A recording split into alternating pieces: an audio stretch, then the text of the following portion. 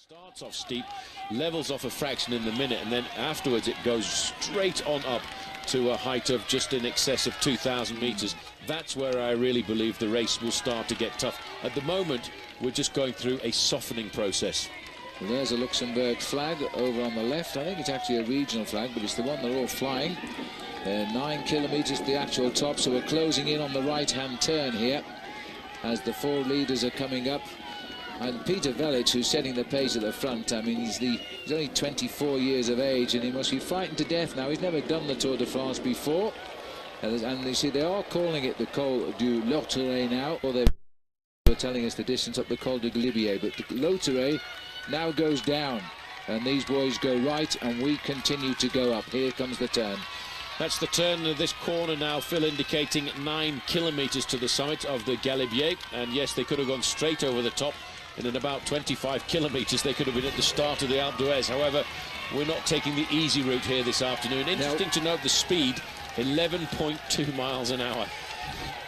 We're heading for the snow line now. That is the glacier on the opposite side of the road, because pulling back, that is the Col du Loteré. We must be with the peloton. There they are, Stuart O'Grady and Nicky Sorensen still riding their hearts out here, trying to put their leaders in the best possible position today to cross swords with the likes of Denny Menchoff, Cadel Evans, primarily, and Bernhard Kohl, the Austrian rider, who many of the commentators here call the man from Germany, but he's very much an Austrian, and they're very proud of him.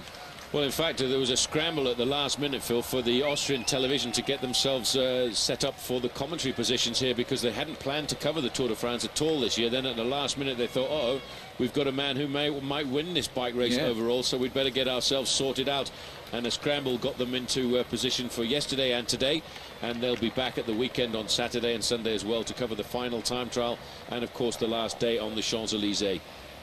Well, he's had a great ride, and he looks as though he's going to finish strongly on Alpe d'Huez, because he rode so well yesterday, did Cole. Well, I have a feeling yesterday, Phil, he didn't actually go out on the attack because of the downhill to the finish line in Jauziers. He was just thinking, well, if he took a 30-second or a minute advantage, he wouldn't be able to keep it on the downhill to the finish. But the difference is, at the summit of the Alpe d'Huez here, there is no downhill. It finishes right at the top of the climb on the finish line. So if you're a climber, you can pull back a minute or a minute and a half on a climb like this. It's his second Tour de France for Bernhard Kohl. He finished 31st unnoticed in his first tour, but now he's racing for a second place overall. By the way, it's a chimney sweep when he's not a professional cyclist. It's worth remembering that Maurice Garin, the first winner of the Tour de France in 1903, that was his profession as well. Look through the tunnels here as we still climb for the peloton, the climb of the Col du Loteré. And they too will shortly be heading up. That's the Glacier de la May, which Paul told you about earlier. So we're looking over at the glacier. The rides themselves, we're feeling a bit warmer because they're about to continue their climb up the Galibier. It really is a magnificent backdrop for any kind of bike race in the world. The Alps this afternoon are magnificent. There's not a cloud in the sky, and everybody is waiting for a big battle, a final, maybe important battle in the Tour de France this year to try and define who will finally have a chance of winning this bike race overall. Because even last night, Phil, when we looked at it, there was no chance of deciding who was going to win. Well, as we look at the glacier, the workload pretty evenly spread. The man seems to be working the hardest on our computer is Stefan Schumacher, but 27% for him. Peter Velic Di Gregorio 26%, and the other rider Perez 22%. That was the work rate of those four light riders. But he's actually very confident, is Christian van der Velde, and he's still got a chance of a high finish because he's a very good time trialist. If he doesn't lose too much time today, he can still dream of a big finish, because on Saturday is a very hard time trial indeed. I just can't get over this magnificent man from Adelaide, Stuart O'Grady, Paul. The way he taps out these rhythms, he just sits there like a metronome and just rides his bike. Well, that's all he does. He gets fixed into his mind, I'm going to set this pace. He looks at his onboard computer every now and again and tries to lock in at a specific pace. And currently he's locked in at around about 11.5 miles an hour. You can see from the flags of all of the countries who've come to support the riders in the Tour de France this afternoon that there is a fairly strong wind that's going to batter the riders, Phil, on the slopes of the Col du Galibier. That's the summit there of the Col de Lautaret. But now, for me, this is when the climbing starts to get a little bit tougher. The Col du Galibier. And it's open. What a relief. Fortunately. As the riders start the slopes. Well, you know, 4 weeks ago, this could well have been closed, this road, because the snow is very slow to clear at 2,645 metres. And I'm sure once we get up there, we're going to see the snow around the shoulders of the riders. See David Miller, the British rider, and Garmin Chipotle not far away from the front end of the main field, so maybe he's managed to get Christian van der Velde up through the outside of the confusion there to place him ideally in the front 15 to 20 riders on the early slopes of the Col du Galibier.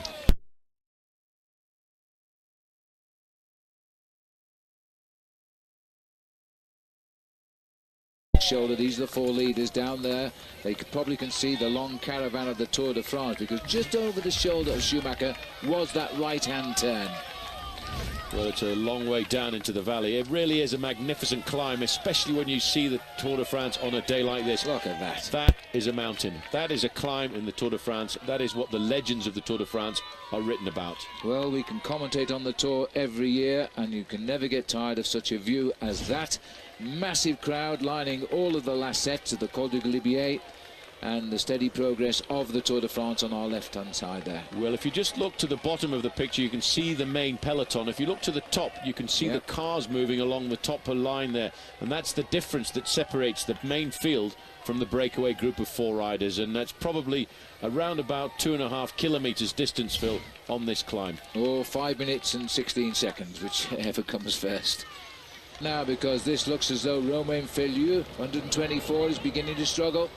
He was off the back. There's 5,000 euros for the souvenir Henri Desgrange at the top of this climb, because Henri Desgrange is the man who was responsible for the first Tour de France in 1903, and they always give a special memory prize in his memory. 5,000 euros is a lot of money, and well, they're packing them in down there, aren't they? But they must be the only things that aren't interested in the passage of the Tour de France right now. Well, I have to say, it's almost in the shape of France, that, isn't it? It almost is, and I don't know how they managed to do that.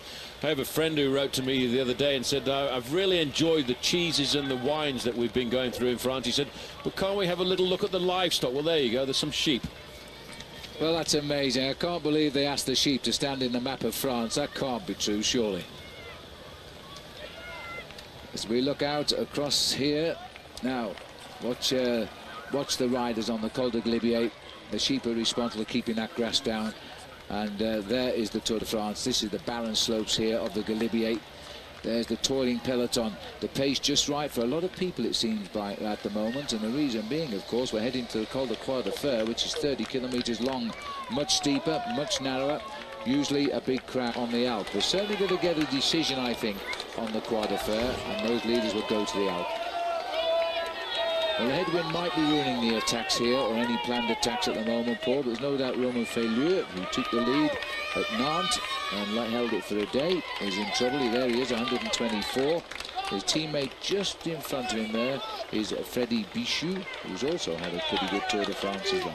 Yes, I think Team Agri-Toubel have had an awful lot out of the Tour de France. They've been very close to getting themselves glory, especially with Romain Feliu, who was on a couple of occasions very close, Phil, to actually winning a stage. And let's not forget, he did get himself the yellow jersey in the first week of the Tour, which for him was extremely important. It was brilliant for him, it was brilliant for France, it was what the Tour needed as far as the French were concerned. Big cheers from the spectators here, even though they support a French team that's not represented in this breakaway, Bouygues Telecom. They're going to shout these riders to the summit of the Tourmalet, of the Col du Galibier. And there's the Scottish flag there, looking for David Miller. Well, he's in there, in the centre of the pack right now. By the way, this is one of the famous passes in the Alps, which for many years has been used not only by travellers, but also by armies as they travelled, whether it was from Italy into France or across up towards Austria. It was first used in the Tour de France on the 10th of July, 1911. And I'm sure you knew that. No, I didn't. I'm always relieved that you can know all these things, to be honest.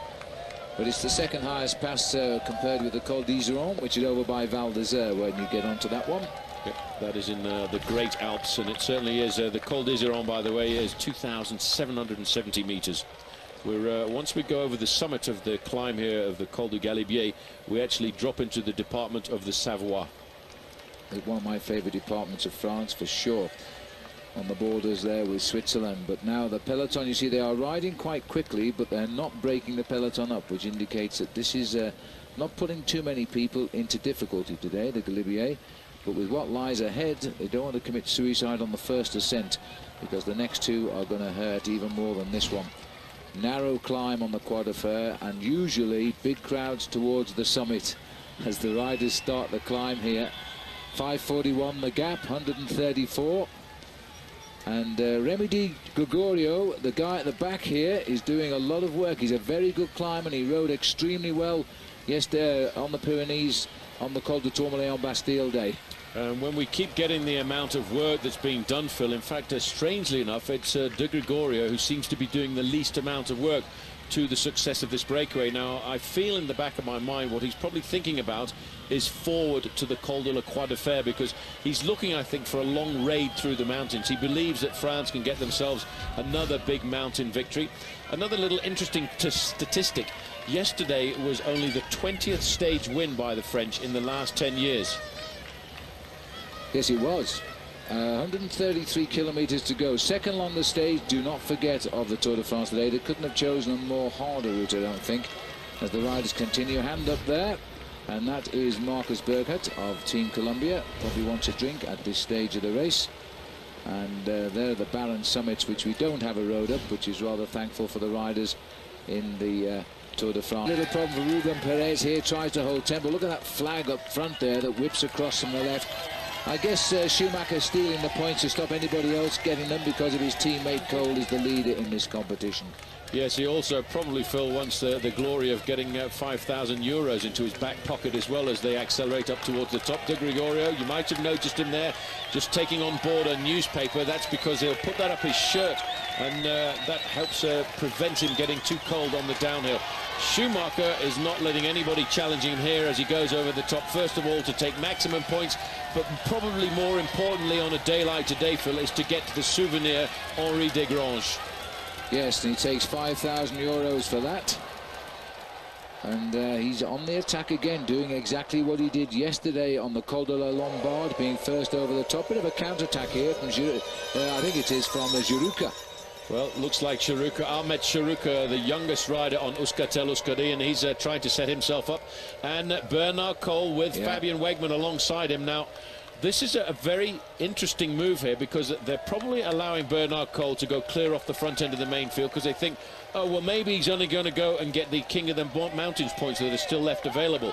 But if he goes over the summit with a 30 or 40 second advantage, this is the kind of move that Richard Virenque used to make in the old days and keep going over the top.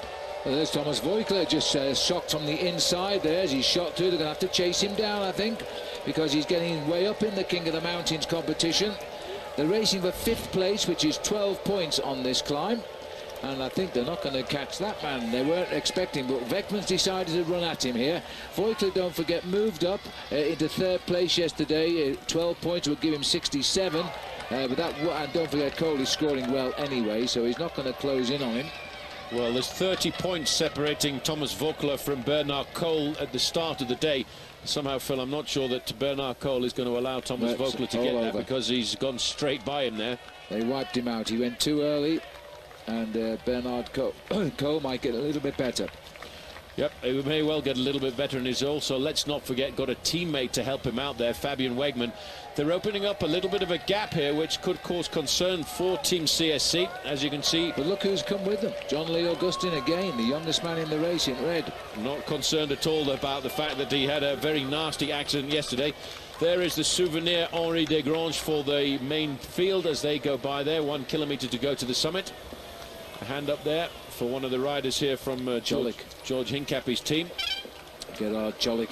But Jean-Louis Augustin in the mountains here on the hardest days is advertising himself for a top job on a top team here, because he is a brilliant young climber and he's shown that to us. He may well have won the stage yesterday had he not crashed on the way down the mountain. He's too modest to say that, but he was right there and right with a position to do so. Well, obviously, Fabian Wegmann, the national champion of Germany on the front there, he was involved in an accident yesterday because he's pretty well bandaged up there. There's a couple of riders coming across the gap at this point because obviously they're somewhat concerned about allowing a man like Bernard Cole to go free like this, Phil. After all, he is in second place in the overall standings at 7 seconds. Well, there's a dizzy sight as we come up towards the top of the Col de Galibier here. No guardrail on the right. And here are the riders who really initially broke away to win the points at the top, but are gaining a little bit more than the peloton usually likes to see. So as we head up towards the summit, it might be a good time to check in with Matt White, see what he's got to say. Very good job, everyone. Stay out of the wind. We're going to save it for later on, guys. But remember, I know I sound like a broken record, but it's a long stage today. Fluids are very important, and food as well, guys. Always think about the next climb you're doing for the eating for the next climb, for the next 30 minutes, the next hour. Yeah, absolutely right, Matt. Matt's always eating, but he's not even using any energy. Every time we go there, he's always having his lunch. Anyway, Matt White in his first year as a team director, and he's really enjoying that job. He's a very colourful bike rider too, was Matt from Australia. But there's the steepness as they all race up towards the top. 3 minutes 50 since the leaders went over. And this is the dash for the barren heights of the Col du Galibier. This is the face of Wegmann, the champion of Germany, who's ready to move over when he can. But watch out for John Lee. John Lee is beginning to enjoy these climbs in the Tour de France. As he starts to go up, he came up into 4th place yesterday in the mountain, so every little helps. Well, it certainly does, but this is the acceleration of the man that everybody, I feel, is a little bit scared of, Phil, in the Tour de France this year. Bernard Cole, he looks over his shoulder. He's cracked, John, I think, there. Well, he realises this young man from Austria has got a great acceleration. This bodes well, Phil, I think, for the showdown we're going to have on the Alpe d'Huez down towards the end of this race, because he's looking so easy, Cole, here, and I wonder if he's got a big attack left in him. And here comes Thomas Voeckler. Look at that, he just took 6th place, Voeckler, there. So 5th goes to Cole, maximum points of the rest there for him.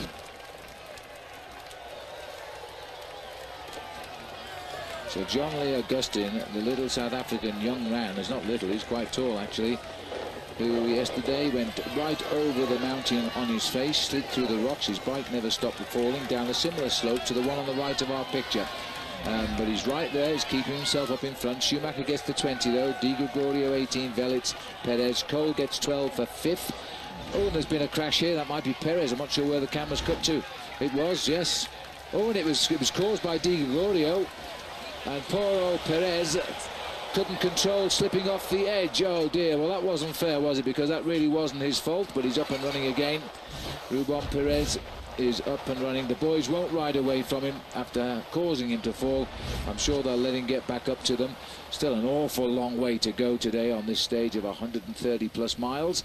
79 miles and 2 major mountains still to come. Well, it's a long chase back. Well, let's see if we can show you the overall standings. Now, there they are.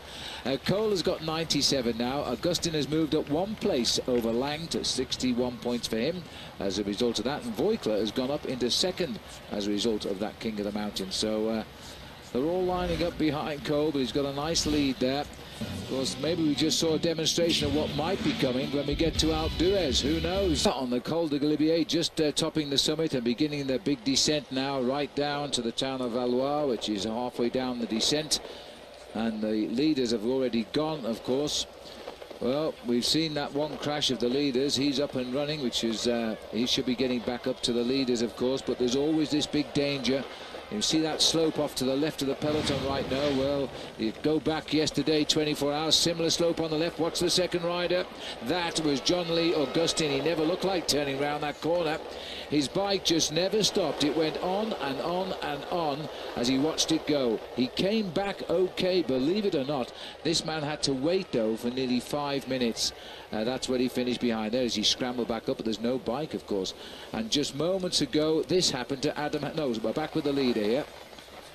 That is Ruben Perez, who's just had to correct. He's crashed at 83k. He's chasing the leaders down now. He's okay. And that was a foot on the ground there by Di Gregorio, but he corrected it in time. Peter Velits went on the inside and nowhere to go for poor Ruben Perez. And this is now Thomas Voigtler here. Adam Hansen also falling on the descent. He's okay as well.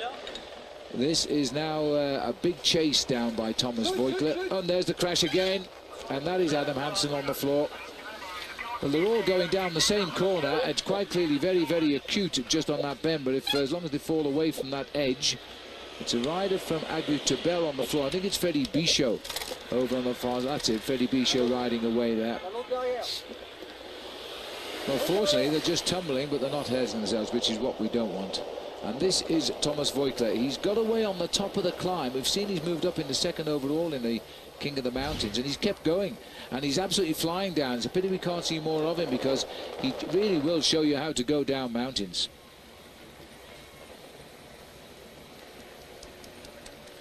So there's the peloton, and they've pulled back a little bit of time now.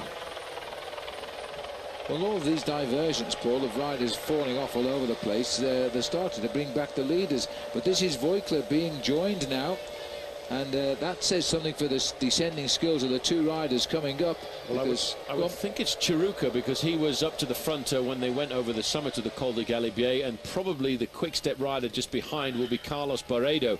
They're looking at about 30 to 40 seconds ahead of the main field, and you saw Voigtler there just look across the road in the valley to try and judge and see if he could spot where the front end of the race was, and he's trying to see whether or not he can bridge a 3 or 4 minute gap. It's a tall ask, but he's going to take lots of risks. And he's prepared to do it by the look of it. We're dropping down towards Valois now, which brings us back from 2,600 to 1,400 meters. Then there's a little uphill on the Col du Telegraph. No prizes for that, and then it drops down into the valley itself, where we take on food and then hit the climb of the Col de la Croix de Fer. Quite clearly, Voigtler wants to get some mountain points here. He's up into second place after the result on the top of the Galibier, and John Lee Augustin has gone up into third. Well, that's a good acceleration and moving up in the overall classification for these guys. Thomas Voigtler probably thinks that if he can get away from the front end of the main field, he may well start to challenge Bernard Cole. And this is the last day, Phil, when there are big points available in the King of the Mountains classification. Yep, a couple of second category climbs tomorrow as we leave the Alps and head towards Saint-Étienne, which is the old cycling capital of the world. Good cycling museum there, by the way, in Saint-Étienne. Now I want to hug the left-hand side of the road on this way down. 119 kilometers to go. The dizzy descent to the Col de Galibier. The riders well spread out on the way down. Little group trying to reach the leaders. Thomas Voigtler. He's kept going since he came over the top of the climb. But all of the leaders still very much in the peloton here. Well, just looking at the yellow jersey here of Frank Schleck, if you've been following the sport of professional cycling, you may well remember that Frank Schleck had a very nasty crash in the Tour of Switzerland recently. And just the other day, he was talking to Bernard Hinault on the podium, and Hinault said to him, "I have a little piece of advice for you, young man. You need to check your tyre pressures in the mountains," because he says, "I have a funny feeling that your mechanics are pumping up the tyres too hard, especially on the mountain stages." So he said, before the start of every stage, you just loosen your tyre valve off, let a little bit of air out, and make sure that the tyres aren't too hard. Well, it seems to be paying off for him at the moment. Just looking here at the King of the Mountain situation, 97 points for Cole, 65 for Voigtler, and up into third, John Lee Augustin. These are the leaders here. They split up 2 by 2 just now. The one who fell got himself back into the action. These are the 3 pursuers at 118 kilometers, led by Voigtler, who likes to see his own way down the mountain, doesn't like to be accompanied by anybody. But these 2 riders have caught up the leaders here. One is Carlos Barredo in the white, and the other one is from Euskaltel Euskadi. And it looks as though it is Ahmet Jireka who's also got on the back here, Jiruka, who was voted the last year's most aggressive rider overall by the journalists and writers in the Tour de France. And they are flying down. Just watch the descent here. Voigtler, they just can't match Voigtler. He's out in front there. Barredo's not a bad descender, but Thomas Voigtler is very good. Now what's going on here? That's Schumacher telling Perez to hang on for the other 2. We need them. I think Perez there was being told by by the leader, Schumacher, yes, to wait for the other two, because we need them for the next climb. No point in descending away from them. Well, Schumacher, Phil, probably remembers yesterday when he tried to ride away from the main field completely and utterly on his own. And he's realised today that if he needs any chance of success, he actually needs to have these guys to accompany him through the valley roads in between climbs, so that all of them can work together. Well, Peter Velic, the under-23 rider, world champion, is on the front. He's gone off to the left now. Di Gregorio goes through and does a little bit of work. They've got themselves organised again now, as they're not far out of the town of Valois, which means they'll soon be on the little hill of the Col du Telegraph. Just watching down there now. This is the peloton reforming on the descent as they drop down. All is well so far. The maillot jaune is there, and that was what happened. Almost shocked me, that. That's what happened earlier on. Adam Hansen down as well. We'll take another break. Rejoin there. Shuda Grady had spotted it, and he was warning about it. 108 kilometres to go now.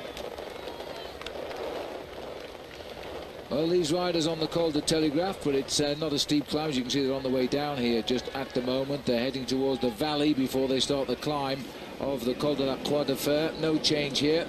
They're not a friendly bunch today, these four riders. They have been counter-attacking and blocking. Schumacher has seemed to want to go away from him. He's at the back at the moment. George Hincapie, the American, we've just seen on the road with his shorts torn to shreds, which means he must have just fallen, and he's coming back into the peloton. Well, he looked pretty cut up there just a few moments ago, and the way he was riding, though, Phil, I think those injuries seem to be pretty much superficial. We're over the summit now of the Col du Telegraph, and strangely enough, it doesn't even count as a climb on today's stage. It's not even categorized because it's only 2 kilometers. It would be categorized if they came from this side, because climbing up from this side, it's around about an 11-kilometer climb as it sets itself up for the final ascent up to the Col du Galibier. I always feel that this side of the Galibier, Phil, if you were coming up, is much more difficult than the side we've already climbed this morning. It's a second category climb, the Col, I think, from this direction, leading on to the ore category of the Telegraph. 2 climbs for the price of 1 there. Not so today, of course, but what we have in store for the riders are 2 really tough climbs lying ahead of them. We're going to start with the Croix de Fer, which is 29 kilometers continuous climbing to its summit.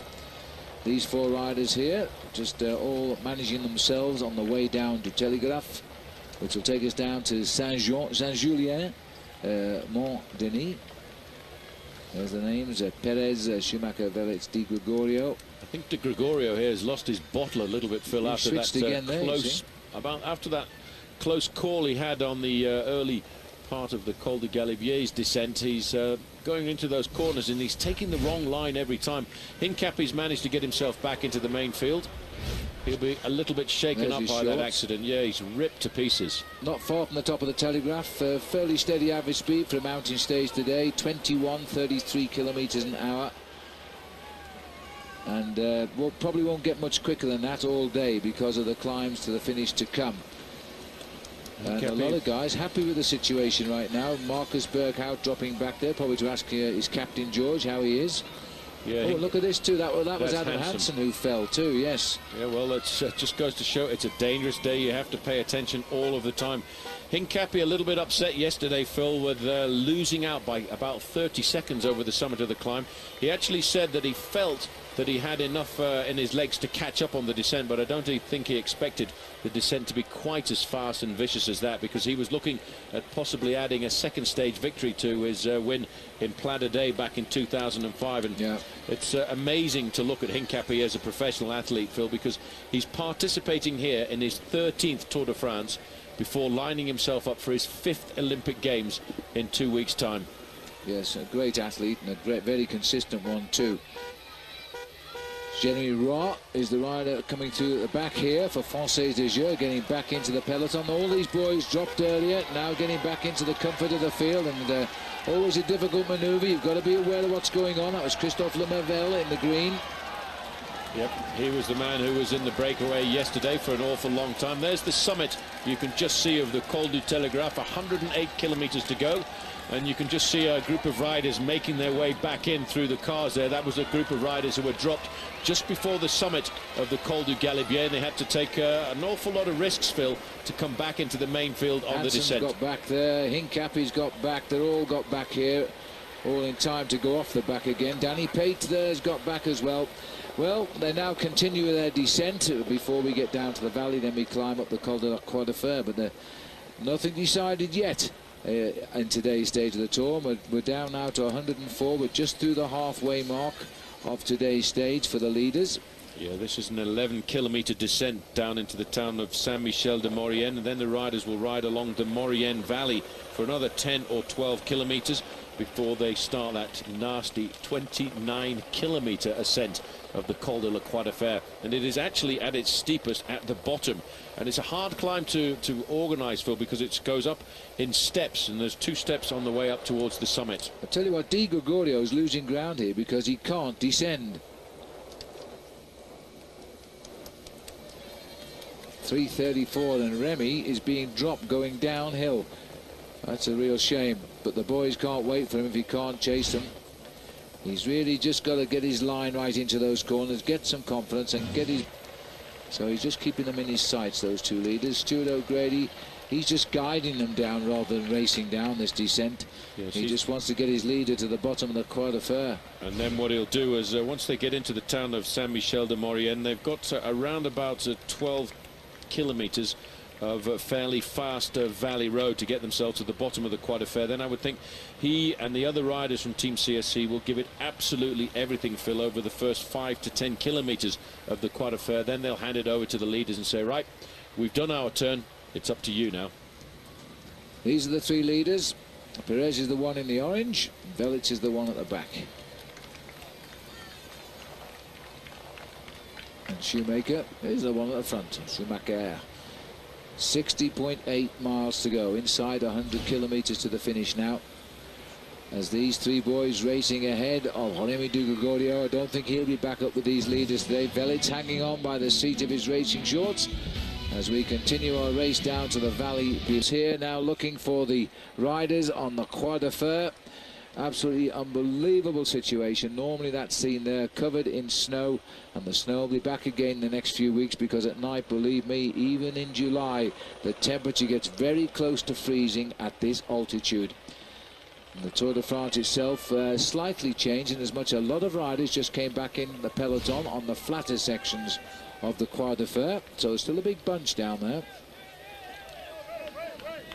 Enjoying the sun with the parasol as we're looking here at the 2 leaders. 3 minutes 40, Schumacher and Peter Velits. Velits from Slovakia, and riding all the time now on the front. Schumacher contributing nothing.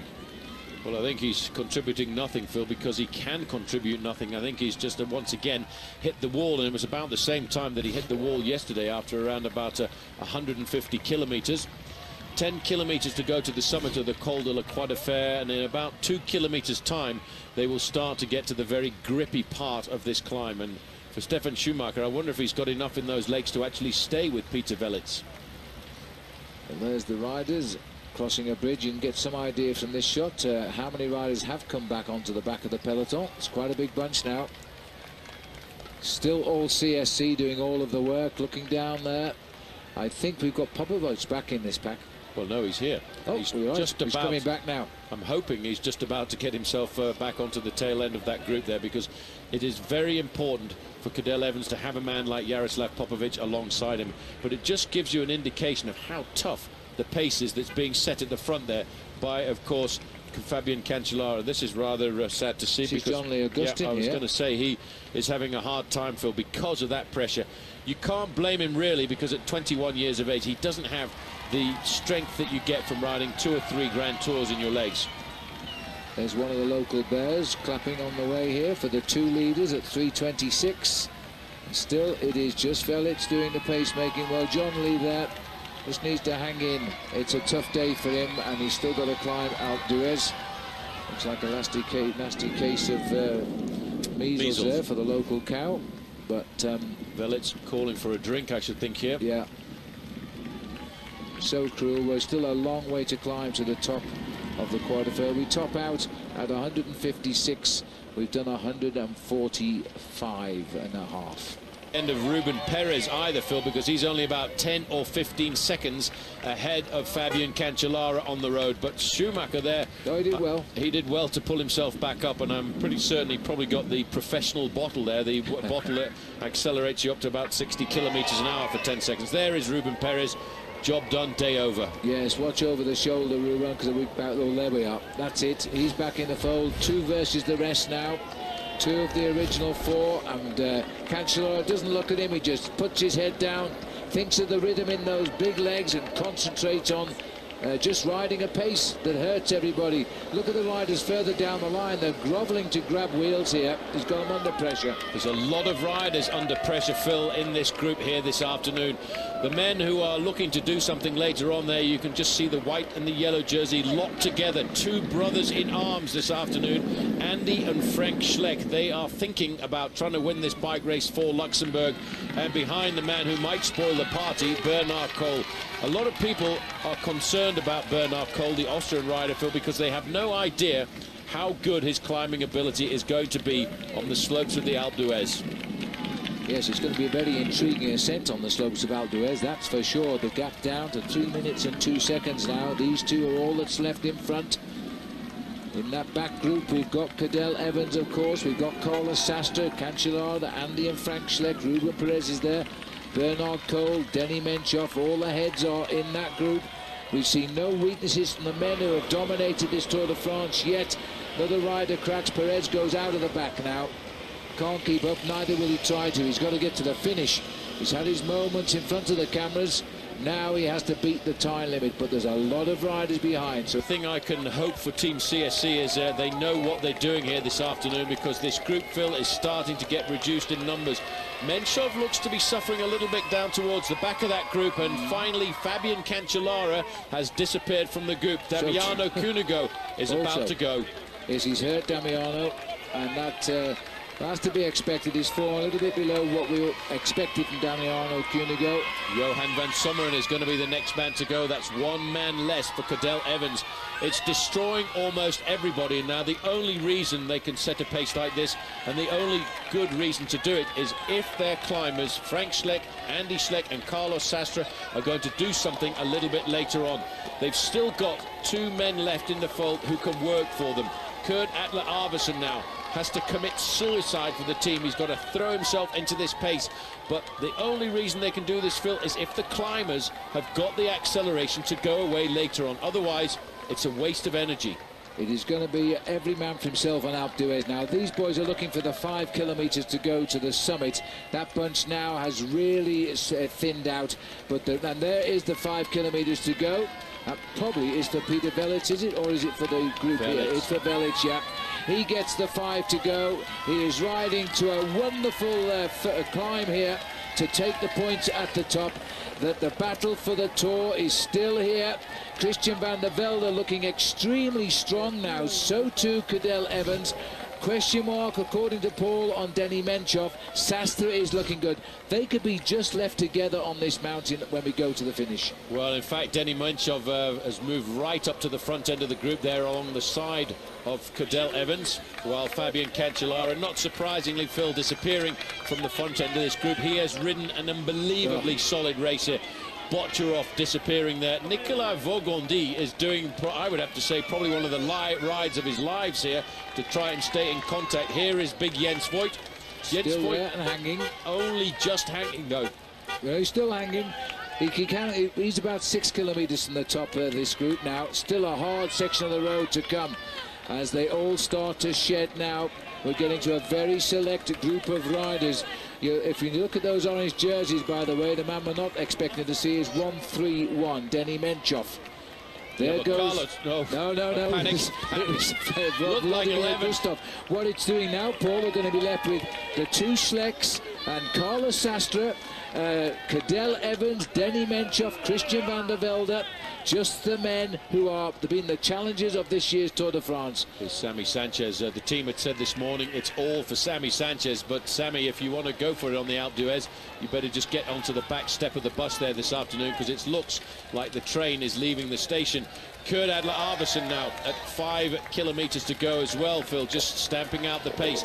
They really don't have too many men left, and certainly they've got to start to think about when they're going to launch the attack. Stefan Schumacher is at 1:21, so he's only around about 18 seconds ahead of this very select group. Well, you know, we're seeing here an elimination of all bar the favourites of the Tour de France. Now, normally in the past, we've headed to the Alpe with a group and the teammates still driving that group. This time, it's going to be a very different Tour de France. You look down now on a very select peloton at 1:39 behind the lone leader up front. Schumacher still in between. Peter Vellet's leading. He's about 3.5 kilometres from the summit.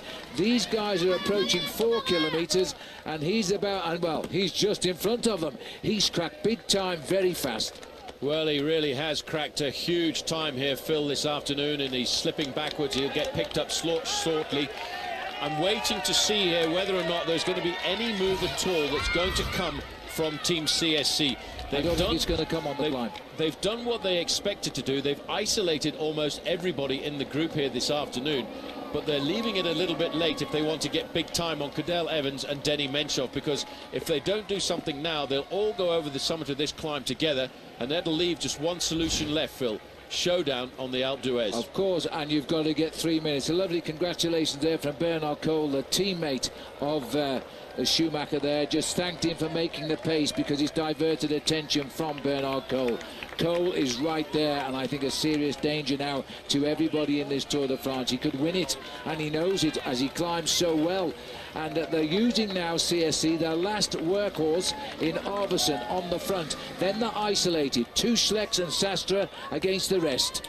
Well, the thing is, Phil, they've also then got the 10 kilometres ride along the Valley Road. It's from the top of the Col de la Croix de Fer, it's pretty much all the way downhill until they get into the Valley of Oison, and then it's a big charge along the Valley Road to the start of the final climb of the day, l'Alpe d'Huez. I have a feeling, I've just noticed in that group, the very select group that we're looking at, a young rider from Kenya. Number 57, Chris Froome, seems to be still in contact with the leaders on this day. We'll have a look at that because Chris was the one dropped yesterday. It was John Lee, his teammate, who made it. John Lee's gone now, and Chris may be there. Well, that'll be a great ride by him. But there's another young man here. This man knows Chris Froome, used to race in Africa with him, Peter Vellet. As he comes up towards the summit, he's still a little way to go, and this is where the crowd is now. I have a feeling they raced on the same team for a short while. 3.3 kilometres to the summit of the Col de la Croix de Fer. We're getting now out into the open part of this climb, Phil, and this is the part of the climb where it really starts to get hot because there's hardly any breeze in this part of the world here. You can just see on the left-hand side there a red and white jersey, and that's a rider from Team Bala World, and I think I would bet my bottom dollar now that that is pedaling Phil. He wants to go over this climb in first place. He knows he's got a great chance of doing it because he doesn't want to get caught before the summit. He's still got himself 1:08 advantage over those chasers, and he's only about 200 meters to go before he summits this massive big climb, and that's something he can put down on his resume for many years to come, that he led the Tour de France on a massive day, the queen of stages we're looking at here this afternoon. After the Galibier, the Croix de Fer, we've still got on the menu to finish off with the Alpe d'Huez. There's no sporting event in the world that attracts a crowd like this. No, the natural grandstands of the countryside of the world. And now we have Peter Vellet. He's 1 hour and 31 minutes behind the race leader of the Tour de France. But for him, he's now on top of the Croix de Fer. That's it, he's over the top, and now he can line up for the descent down towards the finish. And Phil, it is a long way down there. He picks up a newspaper very rapidly, probably one of the best and cheapest insulators you can get. He puts that right in there to keep himself nice and cool, to make sure that he doesn't get too much of a chill coming in from the fast air that's going to rush past his body at 60 miles an hour on the descent. The flags of Brittany, let's not forget, that's where the race started 3 weeks ago.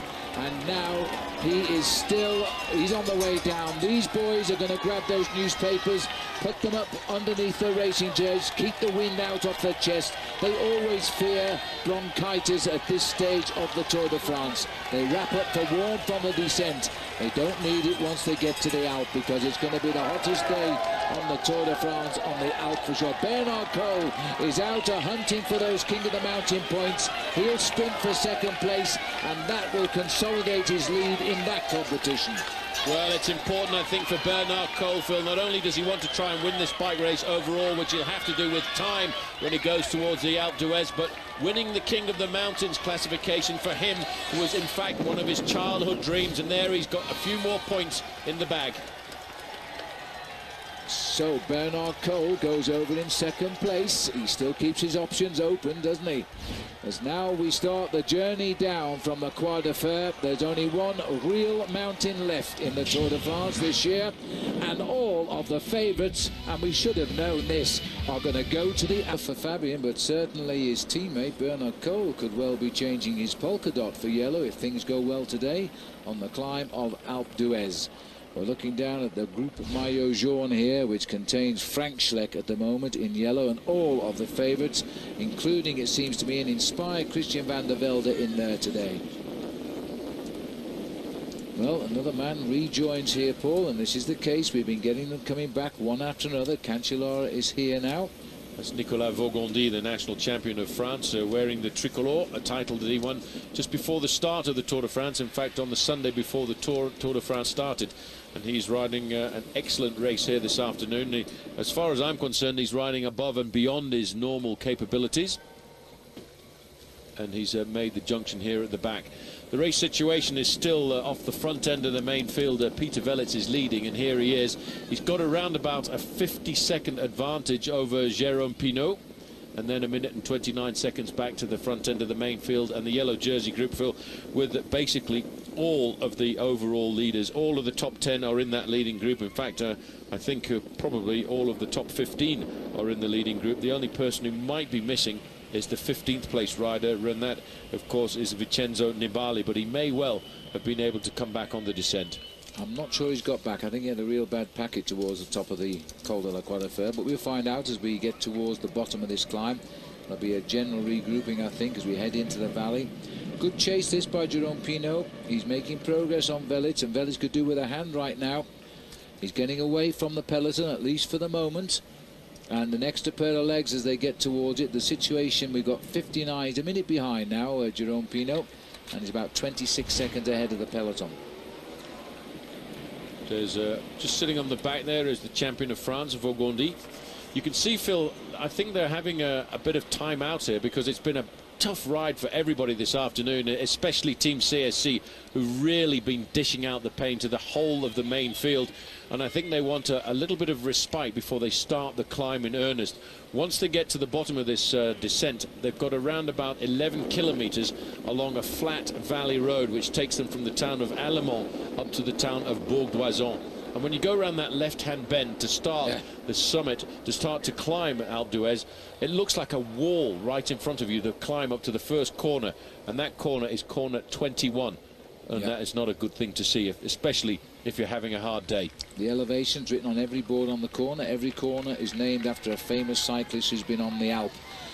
Well, 38 kilometers isn't very far, but unfortunately the Alpe is horrible, and is about 24 kilometers from reaching the start of the final climb of the Dora. Has come back into the group, and he's gone straight back to the front. So as we speak and as we look at these guys now, I can tell you up front, Jérôme Pinault has crossed the gap, has joined the leader Peter Velits, and between them trying to open a gap of just under 2 minutes. So 2 riders up front now. As we race down the side of this beautiful dam here, Fabian Cancellara back into his familiar role of pacemaker until he can do it no more. He'll probably stay there till the start of the Alpe now. Well, let's cast my mind back to the Team Discovery Channel, US Postal Service, when they used to sit on the front end of the main field like this and lead up to the foot of Alpe d'Huez. And this afternoon it's any one of 3 for victory, I think, from Team CSC, because 3 riders from Team CSC have not done any work in the pacemaking at all, and that's Carlos Sastre, who's looking for the big move here this afternoon. Frank Schleck is looking to try and win, as he did a couple of years ago on the slopes of Alpe d'Huez, and Andy Schleck proving to be the far superior climber to his brother. But I think he will dedicate himself to the cause here this afternoon. And if they fumble, watch out for a move by Bernard Kohl, the man who leads the King of the Mountains classification from Austria. Everything is possible now as we all arrive in the Alp together. Just looking down there at the moment, isn't this a beautiful part of France? Well, I must say I don't remember this stretch before. We go down on the side of the lake. Only 5 kilometers to go as they race along the valley road. There's 36 riders come together in that chase group with the yellow jersey, and they're chasing just 2 men who are 2 minutes in front. Little switch across the river here as we now head down towards the last 8 kilometers or so before we head into Bourg d'Oisans. Cheers all round for a massive crowd waiting there, as here, in fact, if you turn right here, you go to Grenoble. That's the way most will travel tonight to the stage finish tomorrow in Saint-Étienne. And if you turn left the way we're going to, you go to Briançon. But on the way, there's a small town called the Bourg d'Oisans, which everybody knows is the gateway to the Alpe d'Huez. And once the riders go through Bourg d'Oisans, there's a left-hand turn, and there's a massive big wall in front of you up to turn number 21. After that, there's 20 more, climbing up to a massive altitude of 1,804. Well, as the Alp continues along now, we're already as we get into the town of Bourg d'Oisans now.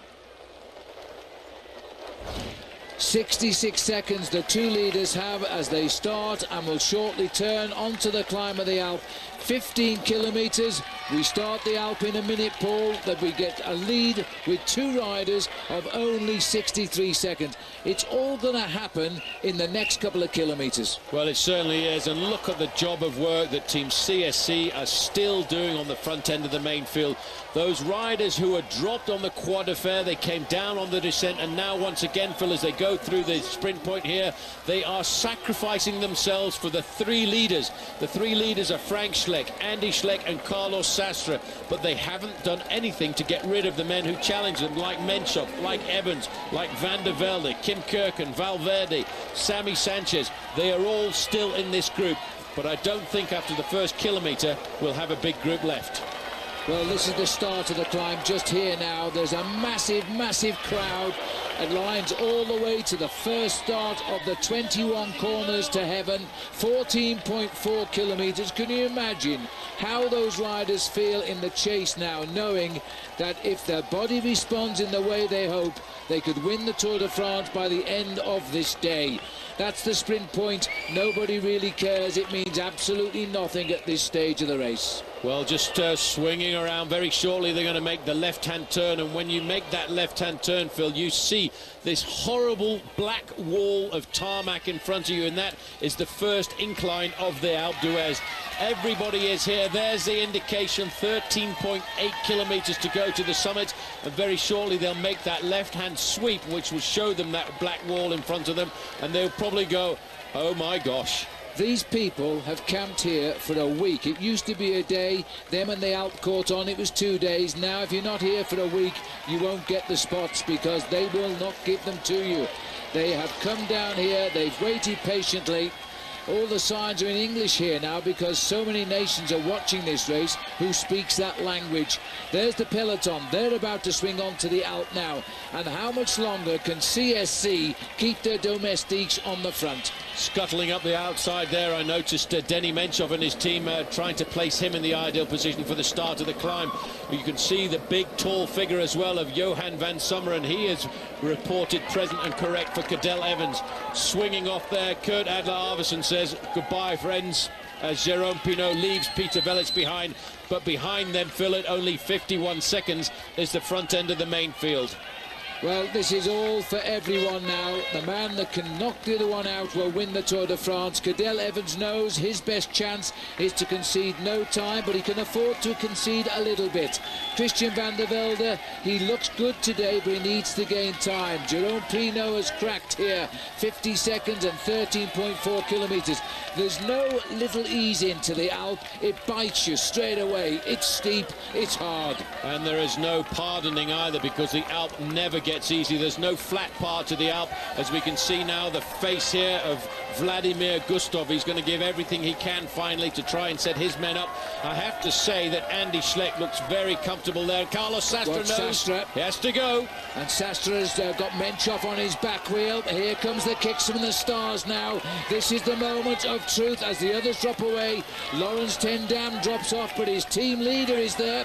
Menchov is marking Sastre. Sastre needs big time. He's gone from the bottom. Well, he knew he had to do this. That was the only thing that Carlos Sastre could do. But look, Phil, how calm Denny Menchov looks here this afternoon. And behind, it's a little bit of tactical work going on for Team CSC, because they're saying, Evans, if you want to move, you've got to chase him down. And Cadel Evans knows that. Moving upside the outside, Johan van Summeren, Phil, all of a sudden has found something special to go up there and help his leader. Well, Sastre needs time. He's got to go. He's gone early. Denny Menchov had him marked well. He's gone with him. But Cadel Evans, helped by a teammate who cannot stay with him very long. Damian Cunigo's had enough. He's gone off the back. Cyril Dessel, the winner yesterday, he's just been blown away. George Hincapie, Kim Kirken rather, is struggling under the pressure. They must have known the pace would go as immediately this climb started. They've caught Sastre back. First attack has failed. Well, again he goes. Carlos Sastre has got something in his legs here this afternoon. He wants to go alone, Phil. He does not want anyone on his back wheel, and Menchov is looking with a much bigger gear to try and pull Carlos Sastre back in. Well, Menchov read the first one, but when you are a pure climber, you can do what others can't do. You can relax and accelerate for a second time. You can go and you can go again, and that's exactly what Carlos Sastre has done. This is Roman Kreuziger. He's getting left out of the back end of the main field, but he's a young star too. And now alone at the front, going over and past Jérôme Pinault, is Carlos Sastre, who is climbing, Phil, like a real pure climber this afternoon. Well, he is the man with the stamina. He's had a third-place finish in the Tour de France the year that Floyd Landis was disqualified. He's had a fourth-place finish. Sastre now needs 49 seconds to pull on the jersey of his teammate, Frank Schleck. There's no reaction from Schleck now. Mario Ertz is the rider on the front, doing what he can for Evans as long as he can. Well, Carlos Sastre knows, Phil, that if he wants to get his one chance at a shot at winning the Tour de France here this afternoon, he's got to get time. But he doesn't have to get seconds, he has to get minutes. And Mario Ertz there is doing the greatest job I've seen him do in the Tour de France for some time, as he sets the tempo on the front. But they're all now leaving it up to the man who they're a bit concerned about, the man who was scary on Prato Novoso, the man who leads the King of the Mountains classification, Bernard Cole. But he doesn't have it here this afternoon. He swings off and says to Frank Schleck, you do it. Schleck says, I'm not chasing, that's my man in front. Well, this is around the point where Lance Armstrong said goodbye to Jan Ullrich and then continued to the top. But look at this now. Is this David Moncoutier, is number 188 at the back to the front here as the riders crack. Jérôme Pinault is now been dropped here. Sastre knows he's made his move. Now can he hold it? It's an awful long way to the top, and it never ever levels out. Well, a lot of riders getting help here from moves like this move by David Moncoutier. He's on his last warning with his team. If he doesn't do something in this Tour de France, his contract will not be renewed. Now he's trying to ride himself into the bike race. Here's young Chris Froome going backwards, but I tell you what, he's learned an awful lot today, Phil, about himself as Mario Ertz disappears from the front of the race. And Menchov, this... No, it's not It is Menchov, yes, Menchov I thought it was struggling. a 2. Well, that's caught Denny Menchov. The man we thought might be holding something back is holding nothing back. He has blown on the Alp. Now the battle is strengthening. Christian van der Velde is still in that group there, while Sastre makes his bid. Yes, he is only 49 seconds off yellow, but he needs much more than that for Cadel Evans not to win the Tour, because Cadel will annihilate him in the time trial by anything up to 90 seconds. Well, you can see now Bernard Cole looking over his shoulder. Come on, come and help me. But on his shoulders, he's got the two Schleck brothers. They're just sitting, Phil, in the wings and waiting. They are hoping that their man, Carlos Sastre, has got the ability today to pull out minutes, not seconds, over Cadel Evans and the other favourites. David Moncoutier is back in the group, but this now is a group of the heads of state. Still, Christian van der Velde is there. Still, Cadel Evans is there. And Evans, Phil, I think now is looking to make the move. Well, Evans looks across here now because Bernard Cole, his head always nodding in this straight side motion, has got to the front here. Cyril Dessel looks as though he's back in this race at the moment. And Cadel Evans looking to climb now, locked in. He's marking the yellow jersey of Frank Schleck. He better watch out where Bernard Cole goes as well. Well, Bernard Cole is being put into a position today that if he wants to win this bike race, Phil, he's going to have to do something special. He dreamed about getting himself the yellow jersey on Prato Nervoso. Now he's got the polka dot jersey on his shoulders, setting a false tempo now, and it looks as if... Yeah, that's AG2R going off the front of the group. Well, AG2, is this Dessel or Efekim? I can never recognise these two.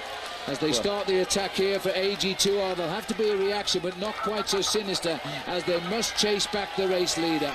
Well, I tell you one thing, the Schleck brothers are all over the front end of this group, Phil, and they are controlling it somewhat dangerously. And I have a feeling if anyone was to come back to Carlos Sastre, the Schleck brothers are going to whack this group very hard indeed. And look at Christian van der Velde, the American who came here really as leader of his team, but nobody really thought he would challenge for a podium finish. He's been challenging ever since the race started. It's Vladimir Efekim, yes, who's in that group. The group consists of Cadel Evans, Andy Schleck, Frank Schleck, Valverde, Efekim, Bernard Cole, Christian van der Velde. The heads of this year's Tour de France are now fighting it out on the Alp. And it could be the winner tonight, will be the winner in Paris. And the yellow's gone. And Cadel Evans immediately reacts. Well, Cadel Evans, he knows he has to keep a very close eye on Frank Schleck here this afternoon, because this man, although he leads Cadel Evans by 8 seconds, if he gives him any more time, he knows he's got a very close chance. Look at this. Evans has finally taken the race by the horns here, Phil. He's decided, right, guys, I'm going to show you why I'm the #1 favourite before the start of the Tour de France, because I will dominate the pace here. But immediately, it's Bernard Cole comes to the front again. For me, the danger is Cole. I think Schleck is in difficulty. That should have worked for Frank, and it didn't do so. I'd be very worried now. And Andy Schleck is also at the back. Is he planning to launch an attack as well? A great move by Sastre. He had no choice. He had to go at the bottom. He needs a win by 2 minutes if he's got a chance of winning the Tour. That's what we think. That's what we think, and I'm sure that's what Cadel Evans thinks as well. The great thing about Carlos Sastre, Phil, is he is a magical climber. Sitting at the back here, though, is Chris Froome's coming back up here. He's coming back with Denny Menchoff. He's pulling himself back into the bike race here this afternoon. Well, just looking here at Carlos Sastre, the clock is saying he's nudged out 22 seconds. He's 49 seconds, so he's 27 seconds off yellow. Make that 25 seconds off yellow. This is Bernard Cole. They've never had an Austrian rider like this. Andy's going. Andy's turned. Cadel has spotted him, and he's on him straight away. But Andy just wanted the back wheel of Cole. He's just watching, making sure that nobody goes. They're trying to protect the position of Carlos Sastre here this afternoon. Valverde looking pretty comfortable in this group. Team CSC have laid the foundations here this afternoon. What they need to know is how much energy have the other guys got the group. And Efekim is about to make a move. A 1:13 span of the top 5 in the Tour de France as Vladimir Efekim goes. He may not be quite so heavily marked by Cadel, but Andy has decided to shoot across that gap and join Efekim on the attack. Now, Andy Schleck himself is 9 minutes behind. There's no reason for Cadel Evans to chase him down. Yeah, but I tell you one thing, one man who was responding to that was a certain rider from the United States, Christian van der Velde, has gone right across that gap, and I think van der Velde has decided to go straight over the top of them. Van der Velde said this morning, if he arrives at the Alp and feels good, he will attack. He needs a little bit of time, and then in the time trial he knows he will have the advantage along with Evans. And Andy Schleck is up there with him right now. I think Frank Schleck is in trouble. Well, Frank Schleck is sitting there back on the wheel of Cadel Evans, as he was on the climb a couple of days ago to Prato Nervoso, when he gave the advantage to his brother and he gave his advantage to Carlos Sastre. Trying to keep himself in the bike race, though, number 131, Denny Menchoff, Phil. He looked so strong at the bottom of the climb, but that's the amazing thing about Alpe d'Huez. It is an unforgiving climb. You make one effort too many, and then you have to pay for it. Frank Schleck, his face never ever looks as though he's in trouble. I've never seen him appear to suffer, and yet I'm not so sure he can lift his pace here. Evans is marking Valverde at the moment. Andy's come back and had a chat with brother Frank and probably said, what do you feel like? because they need to know the answers here. Cadell has his hands full. They're hitting him at every side. This is the rider I would worry about, Paul, Bernard Cole. Cadell knows he can beat him in the time trial, but he won't want to give him much. He doesn't want to give him too much at all, and the amazing thing about Bernard Cole is he'll keep going and going, and as soon as he saw the impetus going out of that group, he decided to accelerate. But look at the way this man is pedaling here. Carlos Sastre is now inside of 10 kilometers to go. 6 miles of climbing. Again, he's riding a long solo effort. He needs more than 28 seconds, Phil. I've got to tell you that. He needs an awful lot more, maybe 2 minutes. And to get 2 minutes on the final climb is not an easy call. I've never, ever seen Carlos Sastre race as well as this. Let me quickly tell you his finishes in the Tour de France. In 2001, 20th. 2002, 10th. 2003, 9th. 2004, 8th. He dropped out a little bit in 05, 21st. 2006 he was 3rd. Last year he finished 4th. There's only one place he wants, it is the win, and this is his last chance. He needs 2 minutes to win the Tour. He's got to get that, but it's awfully difficult on the final climb of the day to do that. And the only chance he'll get that is if the other guys, Phil, start to crack or start to watch each other. And still, Bernard Cole knows that. He's not letting anybody get off the front end, because if he loses time today on somebody like Carlos Sanchez, he could be losing a podium position. There's so many riders now being hit from all sides, but I have to say, what a wonderful Tour de France. Frank Schleck here has gone to the front. I do not believe he's got it. He's lassoed Christian van der Velde and put him back. Evans has climbed through now. He's got Bernard Cole. At the moment, things are good for the Australian, I think, because Sastra's only got 34 seconds. But by the same token, Paul, and an attack by Schleck. Was Schleck kidding us all here? There's a reaction from Cole. This is a huge effort by Schleck. He looks back, you know. I'm not sure he can ram this one home. Cadell Evans doesn't look like a man in trouble. Neither does Bernard Cole, who keeps dragging himself back. But I think the Schleck brothers, Phil, are playing with this group a little bit. They're launching these attacks to take the impetus out of the organisation of any chase behind Carlos Sastre. And when they slow down, it's going to give advantage to Sastre. And look at that, 40 seconds. Valverde now says, OK, he's looking for 3 minutes and 23 seconds, and we thought he'd written himself out in the Pyrenees. The champion of Spain has got the Schlecks on his wheel, and he's split him away from Cadell Evans and Bernard Cole. Well, that was a big move, and now they're going to put Cadell Evans on the defensive. Cadell Evans is on the wheel of Bernard Cole, and he knows he's got to move. This is the effort. Look at the face of Andy. Andy Schleck looks over and says, bro, let's go. Well, this is it now. They've got the gap. They've broken the elastic. Evans is on his own. He's got to get him up there. He's followed by Christian van der Velde. He's followed by Bernard Cole. And this is a huge effort. Now, one thing about Cadell Evans is he's an absolute fighter. He will fight. He'll try and stay in the bike race here this afternoon. Alejandro Valverde set that up. He knocks down, and there it's all down, though, Phil, by Cadell Evans sitting on the wheel of Van der Velde. Van der Velde is riding a superb Alpe d'Huez here this afternoon, and Bernard Cole is the man now put into difficulty. Well, I have to say that's his own fault. It is every man for himself here. I'm not sure, and you can never prove it, but I reckon Valverde's got a little deal going with the boys from Luxembourg. Now they're still talking, and that's not allowed, but of course, who cares? This is the Tour de France. We're talking about the race win today. 9.1 kilometers to go. Schleck is trying to, Andy that is, trying to get the spectators out the middle of the breakaway here. Now, Valverde carries on. Andy Schleck has not got it, I'll tell you right now. And Cadell is a little bit slow to respond, but still looks good. Well, Cadell doesn't have that acceleration on the slopes of a climb like this, Phil. What he does is he allows somebody to accelerate like a climber, then he slowly drags himself back up to make the contact, because it's like the other guys have got petrol engines and he's got a massive, great big diesel engine. But once he gets it up to speed, it's very difficult to slow him down. We're about 17 minutes away from the end of the stage. How much time can you lose? And that's what Cadell Evans will be reckoning now. Carlos Sastre, they stopped giving us a time check there. He must be close to his race lead, though, of 49 seconds. He's got 23 of them just now. Those counterattacks by his own teammates is damaging Sastre's lead. Yes, but it may well pay into his advantage down towards the end, because what these accelerations and decelerations will do will take the will of the other guys in this group away from chasing down. Look at Bernard Cole. He was the man who was doing most of the pacemaking on the front before to try and pull back the breakaways. Now he's been put onto the defensive. And there is the select group, and Stefan Goubert has somehow got himself in there, the oldest man in the race at 38, riding with the elite of the Tour de France. And there goes another attack there. That's Efekim who's just launched the attack. It's countered. It's Cole who comes up alongside Andy and Efekim.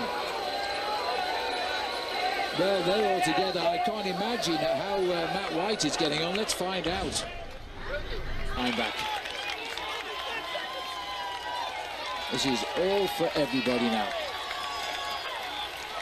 Well, we still see here the man who's the oldest rider in the race here, Stefan Goubert. This is Valjevic on the back. Sorry, he's now lost ground. Denny Menchov just trying to hold those yellow cars up ahead in sight, but he's losing yet again more time as Andy Schleck tries to again put a nail in the coffin of Cadel Evans and Bernard Cole. Well, I'm not really sure why Cole keeps chasing across after these groups, Phil, but he's got himself the gap this afternoon.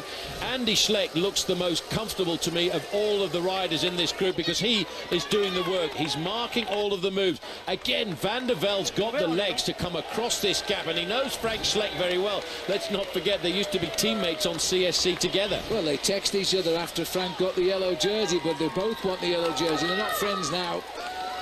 Cole has struggled up behind Andy. These boys are all on the limit of their ability, and they're almost equal. It's all a question as to who can put the attack in when the others are just feeling a bit rough. Team manager of CSC charging across the gap. Have a quick look at that time gap there, Phil. 55 seconds. The fact that these guys keep attacking and slowing down means they're actually playing into the hands of Carlos Sastre, who's riding at his own sensible pace all of the time. Every time they attack in this group, they each into his lead, but then they slow down too much and they give the advantage to Carlos Sastre. Carlos Sastre is now the race leader of the Tour de France on the road. If he gets to the top, he'll be the 7th leader of this extraordinary event. The record, by the way, is 8 different leaders. And there he is now, being cheered all the way to the Maillot Jaune. But even if he pulls it on tonight, he won't have enough time to keep it if it stays at 57 seconds. No, it's going to be a little bit too short for him. He's looking for at least another 1.5 minutes on today's stage, Phil, because let's not forget he starts the day 49 seconds behind his teammate, but he's also 41 seconds behind Cadel Evans in the overall classification. So he needs to start the time trial with at least 2 minutes lead. And again, there's another move coming from AG2R. Well, this is incredible. The way these guys push it home, I really don't know. I think this is Valjevic who's gone now. And again, he just creates a ricochet reaction from these boys. But Andy Schleck, every time, Phil, is the policeman. And I tell you what, Denny Menchov is slowly but surely pulling himself back into this group. And that's an indication that with these accelerations and decelerations, their average speed is not as great as that of Carlos Sastre. There you can just spot... Christian Van der Velde is going to give it a go. He's going to go. He needs a little bit of time to have fight back into a podium position here. He lost time yesterday when he crashed on the way off the bonnet. And that's why Andy Schleck has marked Christian Van der Velde and taken brother Frank back to the front. Well, Cadel Evans on the wheel there of Alejandro Valverde. The Schleck brothers, I have to say, Phil, I don't think they're in difficulty. Today they're chasing all of the moves, giving the advantage to their man Carlos Sastre. Dragging his way back into this race is Bernard Cole. He spent a lot of energy in the early part of the climb. I think wasting energy chasing down these little accelerations, and now he's seriously been put on the defensive. Sammy Sanchez comes back, Stefan Goubert comes back, and I think very shortly Denny Menchov will come back.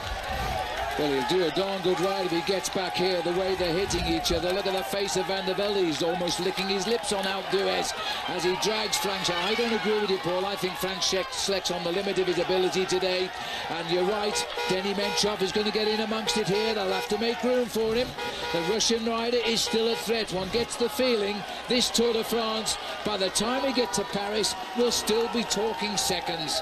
I think you're absolutely right there, but Carlos Sastre is doing a phenomenal ride. You know, he's sat in the wings, he's waited and breathed this particular stage here this afternoon. He's known that this was important. Schleck is going again. Well, they're going to have to keep on answering it as best they can, because Frank Schleck has got no acceleration there. He really hasn't, and Cadel Evans is just marking them. He's not putting in any attacks. I tell you what, Phil, these little accelerations and decelerations by the Schleck brothers are taking the impetus away from the group. They're disorganizing it in a very clever manner, because everyone has to chase them down. You can't let Schleck go because he's the yellow jersey. You daren't let Andy Schleck go because he's got incredible legs on the slopes of this climb. Evans now is slowing down, and that's going to give you, the next time we get a time check, possibly a 1.5 minutes at the moment. Carlos Sastre. 77 seconds, 1 minute 17 seconds, advantage Sastre. I take my hat off to him.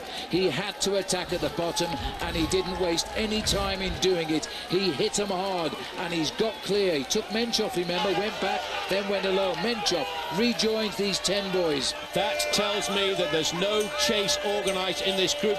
These guys are all over the road, and if they should have done the Schleck, stop that business of attacking, let the leader go. That is why they attacked, to break down the rhythm, to break the will of the riders in this group, and that's why nobody wants to chase. Cadel Evans really now should think about getting to the front and taking the stranglehold. It's Tadej Valjavec there on the front who's doing the pacemaking, but I'm not sure he's got the big engine to take down Carlos Sastre. Well, Cole has got to remember too, he can't time trial either so well, and he needs time on Cadel Evans, and he's still in this group.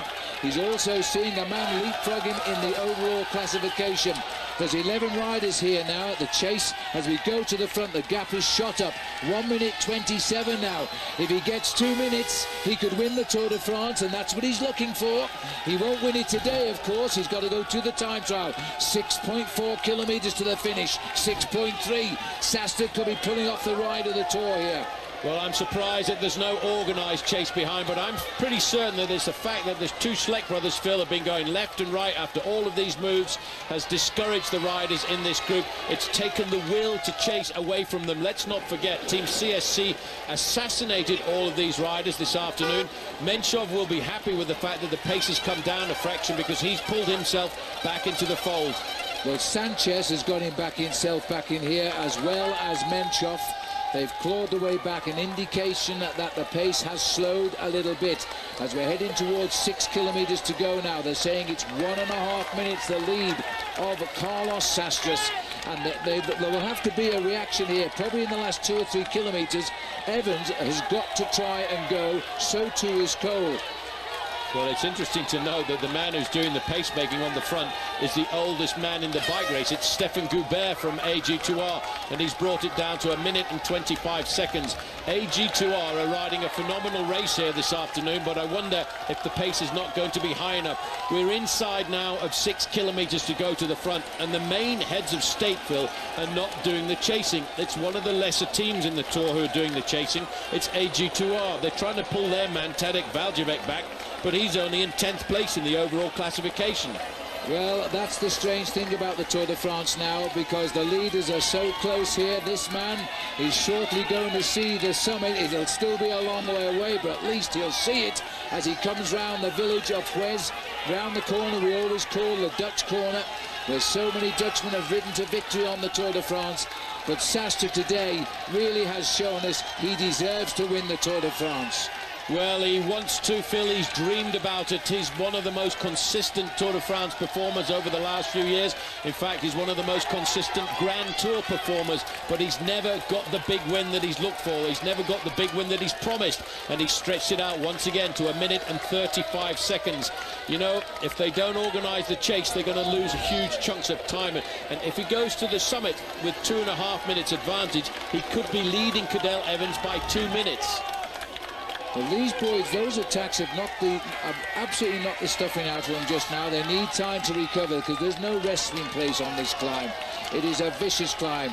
The top riders will climb it in 36, 37 minutes. The rest will take an hour to an hour and a quarter today. There's plenty of Australian flags here. There's even a British flag here. Well, the British riders have had their moment. 4 stage wins by Mark Cavendish. Mark would be the first to tell you he wouldn't win up here. This is now a battle for final honours. Well, Cadel Evans at the back are pretty much on the defensive. It's AG2R is on the front end. Stefan Goubert, 38 years of old, is setting the pace ahead of Bernard Cole, rocking his head a bit. But I tell you what, Valverde looks pretty dangerous as well there. Moving up, Valverde's having a quick chat with the team management there, deciding what he needs to do. The two Schleck brothers are waiting in the fold to see what they can do. A minute 47, it's going up all of the time. He's going to hit the 2 minutes. He's got 5 kilometres to do it. Well, I think he will hit the 2 minutes, and the fact is, Phil, that none of the big heads of state are chasing him. Evans isn't chasing, Menchov isn't chasing, and they're not going to get any help at all from the two Schleck brothers, who are just sitting there waiting. 3 miles from the summit, and Sastre is heading for gold. This is the crowd here. 5 kilometres to go from the summit of Alpe d'Huez. Well, let's go back into the Garmin team car. Matt White must be beside himself. They're cheering him, chapping him on the back. They know this man. They've seen him for many years in the Tour de France because he's always been a steady performer. Well, now he's shown us to be a very exciting bike rider. 2 minutes is hit, and Sastre has only ever won one stage of the Tour de France, and it was in Von Ask in the Pyrenees. He's now having the moment of his life here on the Alpe itself, and this group behind, they've got to attack. They've all got to go for it shortly. They cannot. They've got nothing left, and every time they move, on their wheel is a Schleck brother, whether it be Andy or whether it be Frank. They cover every move. They're not going to get any assistance there from Denny Menchov because he's just happy to be in this group. Cadel Evans is just sitting at the back there on the shoulder of Frank Schleck. 2:04. There's still 4 kilometres to go. I have a funny feeling today Carlos Sastre could be laying down the foundations of victory in the Tour de France this year. He's banked everything on this 1 month of the year. History has shown us that the man that pulls the yellow jersey on at Alpe d'Huez wins in Paris. He's building that sort of time gap to maintain the tradition of the Tour de France. At 5 kilometres to go, this is the first attack. It looks to me as though it's Valjevec's going now. Efemkin is the one who's moving this time, I think, Phil. Now Cadel Evans had said, right, enough is enough. I'm going to chase you guys down. You can see also Andy Schleck coming across here. He'll come to the wheel of this young man and he'll just sit there and say, if you want to chase my mate, you go for it, because we're looking for the overall lead here this afternoon. Well, if they've got the energy now, they've got to counter this move, and they've got to up the ante a bit and go again. Because the flurry of action we've had has gone from the impetus of this breakaway, and that little acceleration you see took off a second or so. 1:58, and the return is there, but that's on these two, not on the group Cadel. Well, you see Andy Schleck just sitting there. He's covering all of the moves. He's playing an incredible defensive role this afternoon. The yellow jersey group are playing the tactics here this afternoon. They're saying, Cadel Evans, you want to win the Tour de France, you assume the responsibility and you set the pace-making on the front end of this group. It's the only answer right now. Vladimir Efemkin looks over his shoulder and he's realised he's got the gap. Andy Schleck has found the strength. This is the younger of the Schlecks, and he's going to be the future star of the family by the look at it. Valverde is the man lifting the pace on the front here now. He wants to pull it all back together as well. I have to say, Alejandro Valverde has found his legs here in the Alps this afternoon, and he's pulling himself right up to Efemkin and Andy Schleck. Well, this is as big a crowd, I think, as we've ever seen. I didn't see where they were all hiding last night when we came up, but they're all there now, enjoying the arrival of the Tour de France at the mecca of this cycling event. And still at 1:53, this counter move is shutting it down, but these two riders really don't affect the yellow jersey. It's still on the shoulders of Sastre. Yeah, but what's going to happen now, Phil? They've called them up. Cadel Evans has seen this. Evans he wants is going. To keep the end. He's lifted the pace. He wants to lift the pace. He really just needs to ride a time trial now, Phil. He's seen that he's got 3.5 kilometres to go to the finish, and he has to ride this final time trial. He has to now ride the time trial like the one he's going to ride on Saturday. He's got to use everything he's got in his body now to reduce that time gap. This is the ride we're looking for. Cadel Evans, the Australian, has taken control. He knows if he's to win the Tour de France, he must not allow Sastre to get 2 minutes. He knows that in his mind. I think he fixed before the start of today's stage how much time he could lose on this mountain, and the time gap is stretching out again to over the 2-minute mark. But for Evans, he's got to ride his heart out here at 4 kilometers to go, Phil, to get himself back into a shot at winning the race in the individual time trial at the end, because Carlos Sastre is going to win the stage, but the question will be how much time has he been able to put between himself and Cadel Evans. And the answer is, we're not going to know this answer till Saturday, at least right now, because Cadel Evans is reacting to the situation. 2 minutes 8 might just be enough. Sastre pushes on. Absolutely terrific cycling by Carlos Sastre. This is a phenomenal performance by this man, and it was a performance that was set up by his team. As soon as they came away from the town of Embrun this morning, the front of the main field was covered by Team CSC, set up by Stuart O'Grady, set up by Nicky Sorensen, by Fabian Cancellara. This man has come out on the slopes of Alpe d'Huez this afternoon to repay the work that was done by his teammates. They laid the foundations for this move, Phil. They assassinated everybody in the race here this afternoon, and they left it up to their man to go out and finish it off on Alpe d'Huez. Look at that clock, though. Evans now is losing a bit of impetus again. He got the courage a few moments ago, and now it's hurting him. 2:15 is the gap. Cadel Evans now knows he's got no friends here now. They know you want to win the Tour de France, you get up front and do the pacemaking. CSC, after a day of working for their man, have played all of the cards, and the ace is now up the road as we approach Alpe d'Huez itself, where the crowd are now behind the barriers here. Carlos Sastre will shortly flick around that far bend. He's riding through a noise of people here. 2:13 the gap. It is Carlos Sastre versus Cadel Evans, and the way it's looking, one will win the Tour de France. Well, Cadel Evans wears #1, and he has to take complete control when you are the favourite, Phil. And Cadel Evans was, before the start of this Tour de France, the #1 favourite to win this bike race. He now has to take responsibility. And you're right, there are no more friends in this group, but the two riders from CSC, Andy Schleck and Frank Schleck, are a psychological anchor on the back wheel of Cadel Evans here this afternoon, because he knows he's dragging the Schleck brothers up. Look at the flags of Luxembourg. It's an absolute tunnel of flags of Luxembourg. Valverde is gone now, and the Cadel won't have an answer to that because he's been making all of the pace. Frank Schleck has marked Valverde. I have a feeling these two have had a bit of a discussion. Valverde now opens up the attack, and Evans is going across the gap because Frank doesn't have it. I tell you what, Christian van der Velde is putting in a great performance here this afternoon, because he is chasing down all of these gaps. Evans has got to keep the tempo going. He dare not slow down at all, because if he does, that will be reflected in the time advantage of Carlos Sastre at the end of the day. Look at the face of Denny Menchoff. Andy Schleck looking over his shoulder here. This young kid in the white jersey, Phil, 1 year is going to win the Tour de France. He is such a phenomenal climber. Give him a couple of years to improve his time trialing ability, and the way he rides these climbs, he's going to walk away with the Tour de France in the next 5 years. And maybe even next year, so Cadel better win it this year, as he puts in another bid here to become Australia's Sportsman of the Year, because he's ridden a race all by himself and he's taken everything thrown at him. 2:17 is the gap. Cadel knows, he'll have it in his ears. His manager will have told him, you've got to limit that escape, Cadel, because if you don't, you won't take that time back in the time trial.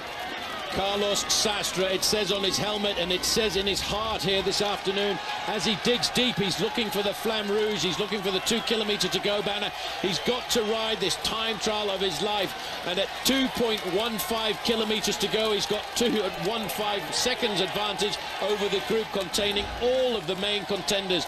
Evans is pulling himself, Phil, inside out at this time. He knows he's got to do it. 2 kilometres to go. Two things we've shown today as the riders here come up the barriers of the last 2 kilometres of the Tour de France today. Sastre is heading for the stage win and the yellow jersey. 2 minutes 19, the spread to the maillot jaune. Sastra's proved that he will win the stage, that he will take the overall lead. He has not yet proved he will win the Tour de France, but it'll be jolly close by the end of this day. It will be very close. I tell you what, Valverde looks so good. He looks like he's on the edge of his seat waiting to pounce, and I wonder if he's not pouncing today because he's thinking about national pride. He's thinking about Spain, and he's thinking about Carlos Sastre. Here at the back, Christian van der Velde has done a great job on the slopes of Alpe d'Huez this afternoon.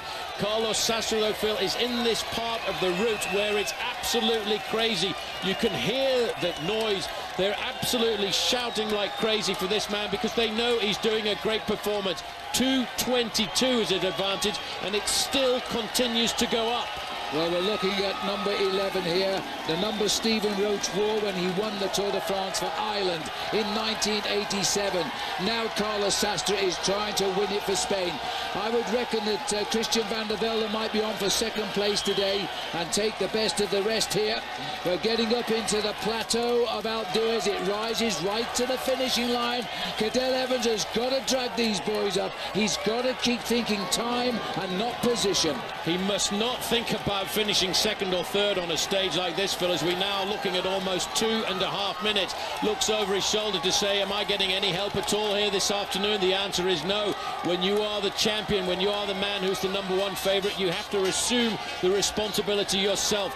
The two Schleck brothers just sitting there. The man who I think made a few mistakes in the early slopes of this climb is 115 there, Bernard Cole. He made so many attacks that he lost all of his power that he could have used to the end of this climb, as Cadel Evans now is trying to find that last little bit to survive. Menchov comes forward now. He's got his big engine finally warmed up. It's looking a bit worrying for the Australian at 2:24. Take off 40-odd seconds, of course, because that was his advantage behind Cadel. Menchov is there as well, haunting on the right-hand side. Valverde is waiting to dash for the line for the sprint as well. Cadel Evans is fighting to win the Tour de France. The others can't. He can. Well, he's just got to ride now as Carlos Sastre finally sees what he's been dreaming of, the Flamme Rouge. 1,000 metres to go, and he dare not, Phil, even think about celebrating the victory at the end of this stage. He's got to ride right to the line to try and get as much time as possible. Sammy Sanchez goes. He sat at the back. He had to rejoin with an acceleration like that because it refreshes anybody. That second place just left the pack there. Andy Schleck has shot out after him. Now if Cadel could just grab a wheel of Andy Schleck. Cadel's looking for a reaction. Menchov's launched an attack as well. And now Van der Velde's going. They're all leaving Cadel Evans. Well, Cadel Evans has got to just calm himself down here, Phil, and ride to the finish. It's all about time at this point. Sammy Sanchez now has got himself off the front, and he's looking to try and get himself a second place, but he could be actually doing damage to the lead of Carlos Sastre, his compatriot, but a man who rides on a different team. Well, the thing is, it provides a carrot now for the others to chase. It might just reduce the lead of Sastre by a little bit. Cadel Evans still driving here, and there's Sastre dodging the barriers now as he heads for the finish. Well, Van der Velde has gone behind as well in a very fast reaction. Now inside of the last 400 or 500 metres, Carlos Sastre looking around those corners. Where's the finish line? But what's important, Phil, is the time on the finish line. He's got to get himself around this corner. He's straightening up for the finish line, one of the most famous finish lines in the sport of professional cycling, the summit of Alpe d'Huez, 150 metres. Carlos Sastre isn't the first Spanish winner here, but he might be the most significant, as he's now laid his plan. He's waited for a week for the climb of Alpe d'Huez to prove this was his Tour de France. Now it is time that will give us that answer. But for the moment, meet the man who wins an Alpe d'Huez and becomes the seventh leader of the Tour. The seventh leader of the Tour de France. Carlos Sastre gets the win. The clock has started. Well, that's the clock starting there. 6 seconds already have gone by. He started the day 49 seconds behind his own teammate. Phil, at the last time check, we had about 2.5 minutes. This is Sammy Sanchez now riding to try and get himself second place, but this could, and he's still got a kilometre to go to the finish. That's amazing. He outclimbed them by a kilometre and about 300 metres, and they all were level at the start of the climb. It's all about time now. Evans must reduce it. He is leaving himself just about enough time to take this race in the time trial. But you know, once you ride in yellow, you ride like 10 men. Andy Schleck deserves to ride away right now. He's chasing Carlos, he's chasing Sammy Sanchez. Well, he's ridden so defensively throughout the whole of the afternoon here. He comes up to the wheel of Sammy Sanchez. He wants to just sit there. He won't help him at all. 57, it's a minute has gone by already, so there's a change in the overall standings. Carlos Sastre will be the new leader tonight, but Phil, the important thing is how much time will he have over Cadel Evans when we leave the Alps behind tomorrow? Well, Sastre, Sammy Sanchez has eased a little bit. Schleck has got on. At 500 metres, Schleck needs a few deep breaths if he's going to get something out of this. His brother won here last year. Schleck can finish second here this year, and CSC would take first and second after a day in which they have worked their hearts out. That would be a result. It would be a phenomenal result here. Look at Andy Schleck. He's just waiting. Look at that face of concentration as he swings around here. He knows that 2 years ago, it was brother Frank who got the victory here, and he's trying to make it a 1-2. And look at the time gap. It's going to be more than 2 minutes by the time Cadel Evans... They're all around the bottom corner, though, as Andy Schleck races for the line. Christian van der Velde looking for the fourth place finish, but Sammy Sanchez goes this time, takes on Schleck. I can't see where the line is now, but I would suspect that Schleck lost that to Sanchez. And here comes Cadel Evans fighting for time. They pull back a little bit and the clock will stop on Evans. We're looking at the back of the line there. I would say at 2:15. 2 minutes and 15. Evans bows his head down there. He did everything he could, Phil, to reduce that gap deficit over the final kilometres. I tell you what, there's a lot of tired bodies in this bike race here this afternoon, but one will be celebrating in a yellow jersey, and that is Carlos Sastre. The question is, has he got enough time now to win the Tour de France? I'm still not sure. Well, it's going to be touch and go. It's going to the last day. We always said it would. Roman Kreuziger, the winner of the Tour of Switzerland, comes home. Another man like Andy Schleck, who one day will return and we think win the Tour de France. He's won the Tour of Switzerland this year. He is a rider of terrific talent as well. We could name probably 10 guys this year of under the age of 25 who have the ability to win the Tours of the future. Absolutely, he's battling here, and look at the time gaps, and we're going to have to wait a long time, Phil, to see the rest of Team CSC come in, because Stuart O'Grady is a long way from the finish line, but Stuart O'Grady is responsible in part for this victory with Nicky Sorensen, Fabian Cancellara, Kurt Adler-Arvidsson. They laid their souls out on the road today, Phil, for one thing, to get the victory and to get the yellow jersey. But did they get enough time? The question for me is still there. It's still there for me too, Paul. 1 minute 10, 1:25 is probably the gap between Sastre and Evans. And I would think in the time trial, it's a hard time trial, he has a real chance to, it might be even better than that actually, might be about 1 minute 20. We're waiting for the official times to come up. It's going to go down to Saturday. There's the stage result. We can see that in fact we have in 7th place Cadel Evans, and he is at 2 minutes 15 looking across the road here. Van der Velde the same time, he's crossed the line 9th. Well, what a day on Alpe d'Huez, Andy. The Schleck boys rode a brilliant tour today, and it was thrilling to watch as they continue to come in. This is David Moncoutier now. He's on his own this time as he races up to the line. The average for the day, just about 21.5 miles an hour over all of those mountains. As Moncoutier comes in at nearly 5 minutes behind, we know we have a new leader in the Tour, but we don't yet know if we have a Tour winner. It's still close, as it was. Schleck, same time. Valverde at 2:13. Frank Schleck, same time. That's the top 5. Can we show you any more? Yes, Efrakim was there. Cadel Evans given the same time as Frank Schleck. Bit generous by the organisers. Denny Menchov in 8th, Valdeverde 9th, and Bernard Cole in 10th. All timed at 2 minute 15. Kreuziger came in 11th at 3:11. Valjevec at 3:36. Stefan Goubert, 38 years of age, 13th at 3:50. Nicolas Vogandy, the champion of France, at 5:16, completes the top 15. Might have a few more for you. Well, looking down there, Cunego dropped away again, 5:32, 18th. Kim Kirken lost his chance today at 6 minutes 1. Frankie Andreu is now with the winner of the day and the new maillot jaune. Carlos, everyone was wondering what the strategy of CSC was going to be today. You had a fantastic day, and it must be a great feeling to not only win the stage, but also to have the yellow jersey. I think that the team did a fantastic job, and we fight, or we came to this Tour de France for fight and for try everything, you know. And the team controlled the race yesterday, today, and today we had in the plan just try to win the stage. And without the help of the team and without that fantastic job today, it will be not possible just do what we did, you know.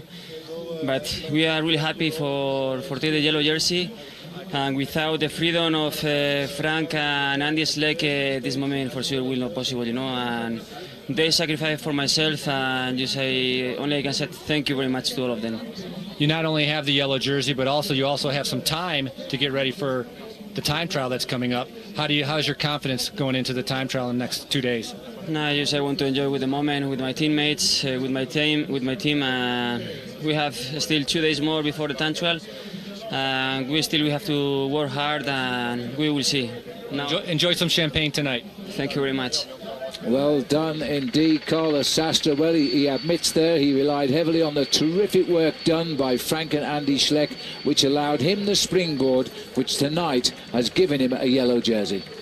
It really was a phenomenal performance there, Phil, I have to say, because that, as he said, it was a job of the team. And if they hadn't had Kim Kirk and if they hadn't had Andy Schleck and Frank Schleck behind him, I think it might have been a completely... In history, his second stage win of a Tour de France. But that one, Phil, I think was going to be a very sweet victory, because, you know, at the end of the day, it's a double header for him, because not only does he get the victory on Alpe d'Huez, which is a monumental climb and everybody always talks about it, but he will also pull on the magnificent yellow jersey in a few moments' time. Yes, but there's the moment to take in. Bit of emotion there in the eyes of Carlos Sastre as he goes and shakes hands with Bernard Hinault, himself a winner up here. And Greg LeMond came up in yellow. Stage 17 then. This is it, ATV Honda, as we see Sastre lead Sanchez, Schleck, Valverde, Schleck. The men we've talked about since we left Brittany. Epikim has been a star of this race too. So too Cadel Evans. Christian van der Velde has never been far away, has he? Today he finishes with the best riders.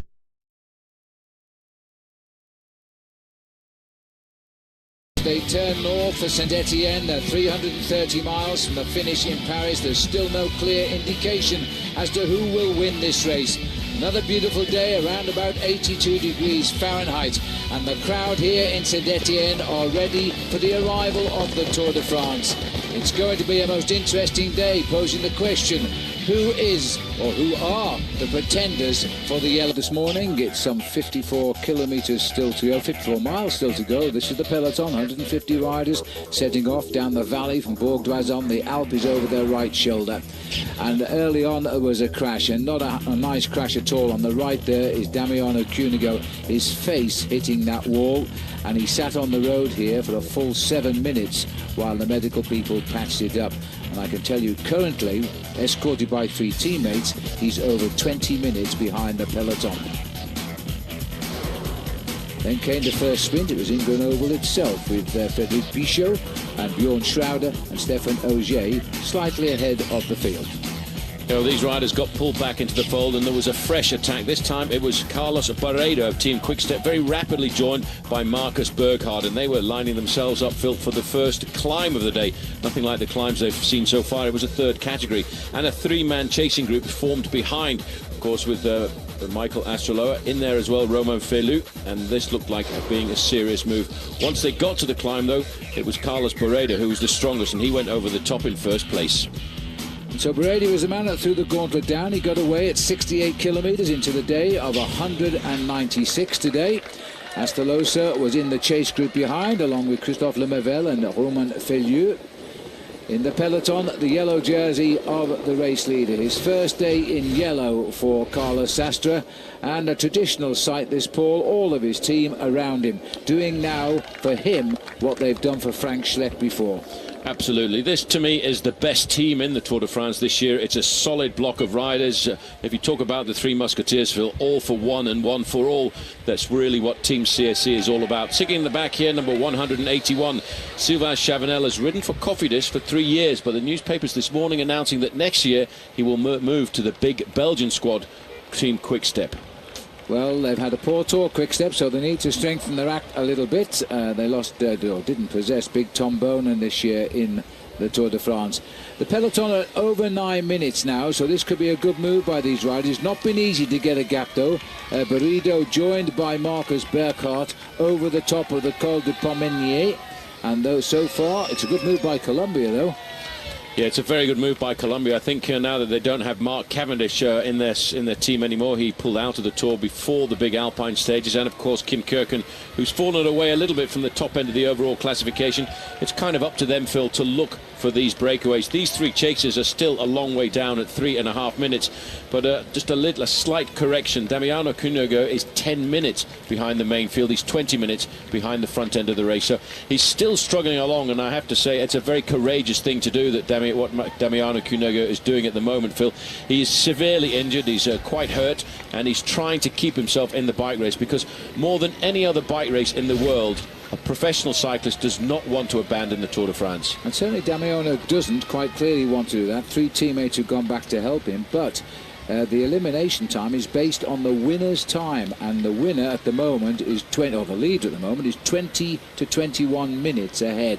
Elimination today, on the rough calculation, we don't know until we know the final average speed for the day, will be around 33 to 35 minutes. He's already 20 behind, and he's still got a long way to go. He's got a long way to go, but I think he's got to continue with the decided route that he's adopted this afternoon and go for it. And you never know, that the leading group of riders could get pulled back in towards the end, and that gap could still hover around the 20 to 25 minute mark. But it's a tough call to stay inside the Tour de France, and I can actually speak from experience there, because I rode a stage of the Tour de France once, like Damiano Cunego is doing here, and I finished something like 25 minutes outside the elimination time. And in fact, the organisers decided, because of the courage that I'd shown on that occasion, they kept me in the Tour de France, and I'm hoping that that's what's going to happen to Damiano Cunego here this afternoon. Well, we'll find out, of course, by the end of the day. This is the Lotto team. They've been to the back of the field with number 1, Cadel Evans. Now they're bringing him safely back into the fold here. No panic. There's no big race going on here in the main field at the moment, and so he'll integrate pretty easily.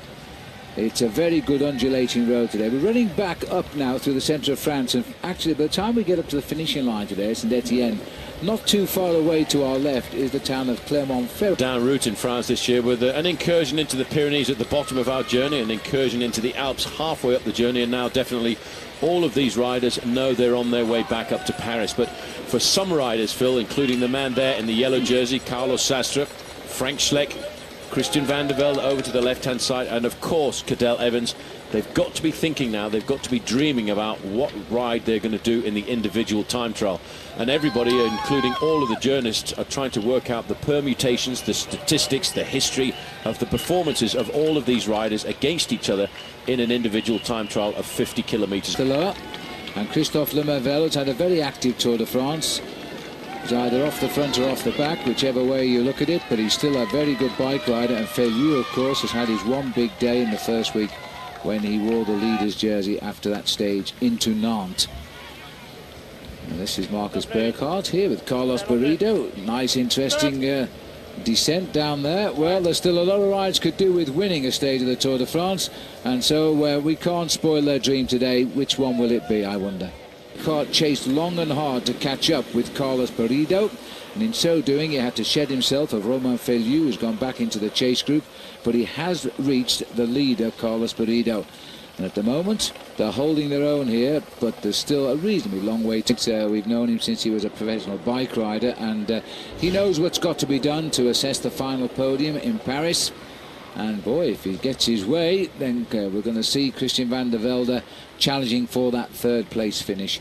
Be a tall ask of him, but I still think Christian isn't finished with this tour yet. He is a very good time trial rider. Well, as we continue our journey, there are the hills awaiting for the riders now. This is Mont Sévarou, the chateau of. Very, very nice indeed. 13th century going back. Originally it was a castle with 4 walls and 4 towers surrounding it, but a couple of the towers fell down. It's been the home to 7 families that ruled this area, Phil, between the 14th and 18th century. And on the walls there are 7 different coat of arms, although it was originally bequeathed, it was later bequeathed to the town by one of the daughters of the original owners and the original families. Now, as you can see, just looking down there, they hold a lot of function in that area, and it really is quite a magnificent, beautiful place to stop off. It's been a lovely day for an outdoor function today because the sun is out, the wind is very slight, hot and sultry in central France here, over to, as we go north, to the right of Clermont-Ferrand, which was the area we had all those beautiful volcanoes, which they called puys, back in the opening week of the tour as we plunged south towards the Pyrenees.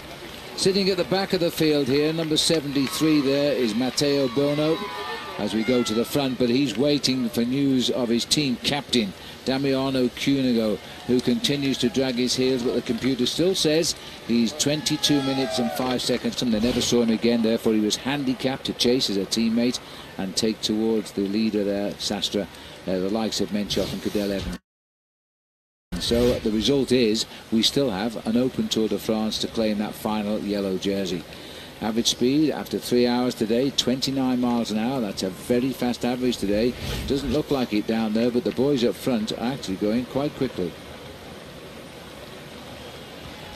Peloton sitting at 10:14. It'll be interesting to see if there is any attack. I know that Frank Schleck this morning, Paul, hopes there isn't any attacks. He says he's pretty tired. Well, I think there will be a sorting out, Phil, because it's a pretty tough climb, that second category climb, but the way the Team CSC are riding on the front end of the main field, they obviously realise that the race is going to split and they have to protect the position of their leaders, Frank Schleck and, of course, Carlos Sastre. Cadel Evans will pay a serious amount of attention, I think, to Carlos Sastre. He's not too concerned, really, about Frank Schleck, because Schleck is only just in front of him by a few seconds, not really very much, 10 in total. But it's the distance between himself and Carlos Sastre. He cannot now allow the Spanish rider to get any more time, because then it will put his chances of winning the Tour de France into the limit. I reckon you're right. Well, a little bit of a drag here rather than a climb for the peloton. They're still a way away from the second category climb, but the front runners are virtually on the lower slopes of it now, and so they're going to start to lift the tempo here, knowing that once over the top they've got a real chance of winning this. There they are, Berghardt riding for Team Columbia, remember, looking for a victory for them to match up with the 4 taken by Mark Cavendish. No longer just run around the corner. That's an indication that I think that they are now about to start the climb. This town here is in Fête, as the riders now will start what is a long second category climb. They're saying the official length is 13.7 kilometres. And Berghardt has undone his racing jersey there. It is quite a hot and humid day today. It's about to get hotter, I think. Now, Beredo is a good climber. You can see by the size of Marcus, he's not the best of climbers, but this isn't a mountain like the Alps. He's got a chance he'll get over this with the Spanish rider there.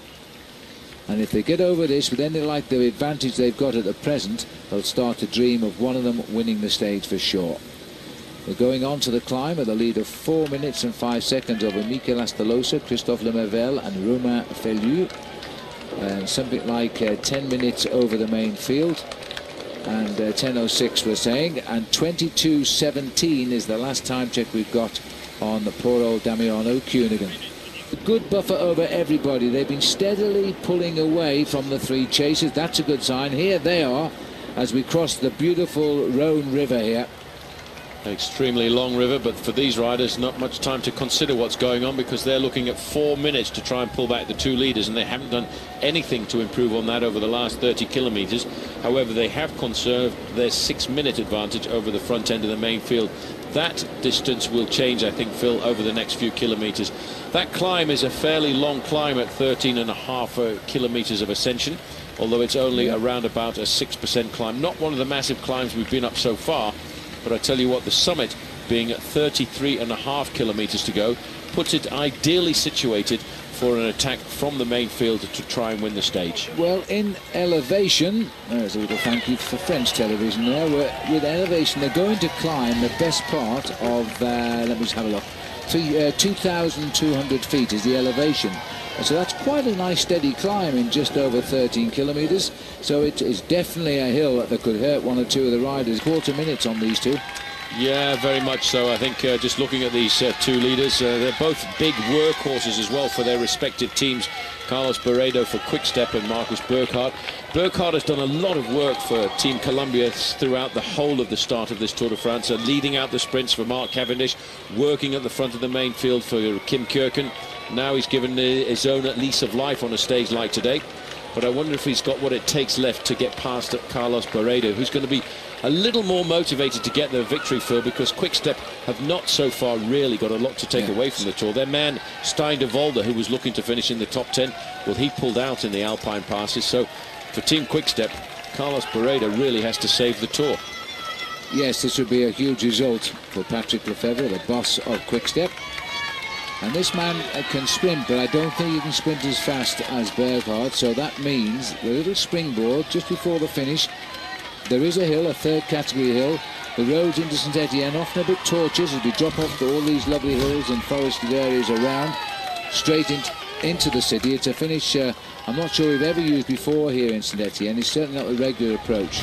Just a quick glimpse there at the wattage of Marcus Burkhardt. It was up to just inside of 400. Now that's not surprising because he's on the slopes of a rather difficult climb, and his heart rate was up in the middle range at around about 150. So he's working quite hard currently. These are the three chasers, and Christophe Lemavelle seems to be working fairly hard there as well. He's done a lot. He's doing the majority of the pacemaking in this group, but it's actually, Phil, not really having an effect on the gap to the two leaders because it's still locked in at 3 and 3. They've fallen back, and the Australian flags are getting more and more by the day here in France. I would think the flights fill out of Sydney and Perth and the rest of Australia are pretty much full at the moment, with the fingers crossed, I suppose, because Cadel Evans hasn't yet won this bike race. He's sitting on the verge of doing so, but he's got a big battle to pull himself back 1 minute and 34 seconds in the final 50-kilometre individual time trial. And I have to say, I wouldn't like to be in his shoes, and I wouldn't like to be trying to get his sleep at night to recover, because it's still a very precarious situation to be so far behind the leader. It'll be nervousness all the way to the end of the day on Saturday for sure. What a marvellous crowd this is here on the Montvieux. And it really has. They've managed to get in on this one from somewhere. No cars there, so they've had to walk to it. And they're witnessing the two leaders who've led today since they came together, and since the 68th kilometre for Carlos Barredo, since the 80th kilometre for the pair of them. And they are now coming up to just 33 from the finish. Yeah, once they go over the summit, so they've got a fairly good descent, Phil, down into the valley, and then it's that little climb up to the outskirts of Saint Etienne. And still no real sign as to which of these riders is the strongest. Barredo decides he's going to get himself maximum points and a few extra euros into his back pocket as he goes over the summit of the climb. Yes, no race for the King of the Mountain points. They're not interested in for either of them. And I think Barredo's doing a lot of work on that climb, so Burkhardt wasn't going to do anything about that. No, not at all. And the funny situation when you're in a breakaway like this with the guy that you're with, Burkhardt and Barredo here, they have to work together almost as friends, and I think we'd like to have the cameras away from that. I think that's what Marcus Burkhardt was trying to say, because he would need to have a little arrêt pour les raisons. Now, a little bit of disappointment from our viewpoint, because it looks as though nobody is going to try to attack the yellow jersey. Largely due to the strength of CSC, they've kept a high tempo. There's no opportunity here to get away from this field. There may be some opportunity on the last third category climb of the day, but this is why the CSC boys are all smiles. They've nailed this lot back in the pack today, condemned to a ride to the finish in the bunch, and that'll please Frank Schleck, who was rather hoping that nobody would attack. There he is in the red top with the blue bottoms. Yep. I wonder if he was really in good form yesterday when his teammate Carlos Sastre got away at the foot of the Alpe d'Huez. The team strategy was supposed to be that Carlos Sastre would attack first, and then if he was caught by the main fielder chasing him down, or the main pack of the contenders, it was then up to the turn of Frank Schleck to go over the top. He may well have been quite happy with his teammate Carlos Sastre going on to victory. Yeah, he said that was the team, and then as a team they raced as a team, so he was compromised once Carlos Sastre's attack had succeeded. And even though he was wearing the yellow jersey, he couldn't attack his own teammate, so he had to pass his jersey over to Carlos, keeping it in the family, of course, and continuing an outstanding tour for CSC. On the way down we go now. Another tricky descent, but not looking too bad at the moment. Just a reminder to continue to enjoy our Saab Watch and Win sweepstakes. Versus.com/fly to the finish. A big prize is at stake, and the code word that you need today when you log in is green jersey. As the peloton whip around that switchback down there, and you can tell by the fact they're all together, there's not a lot of action down there from the peloton. Plenty of work being done by the local farmers, though. The insignia of the Tour de France, 42, is the region number. We are now in the department of the Loire. Just checking down at the livestock, and nice to see them over there on the right-hand side and keeping away from the hay. All that food down there, they must think it's Christmas. They must think it's Christmas, absolutely. The two leaders probably think it's Christmas, but only one of these guys is going to get a present this afternoon. And it's difficult to pick a winner from these two, I have to say. Phil Marcus Burkhardt won himself at Gent-Wevelgem last year in a very good sprint. But the question is, how much work and how much energy has he left on the roads of the Tour de France? So the gap at 44 kilometres is around about 10 minutes, and they're estimating the gap at the finish is going to be around about 4 minutes. O'Grady still on the front, moving forward. Julian Dean, champion of New Zealand. Well, this is a big moment for the peloton. They've seen 1 kilometre.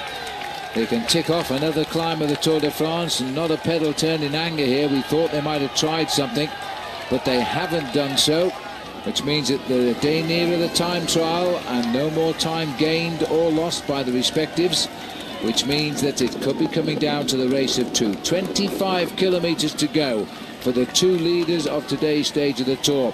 It wasn't an easy breakaway to build this one, but now they've got it. They've got a 10-minute, 8-second buffer, and the three chasers in the lead, behind them rather. They're 6 minutes ahead of the peloton, but they're still 4 minutes ahead of behind these two.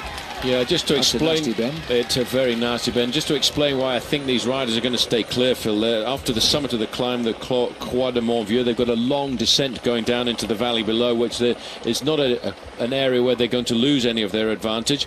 And then basically once they get to Saint-Chamond, they've only got 15 kilometres to go to the finish.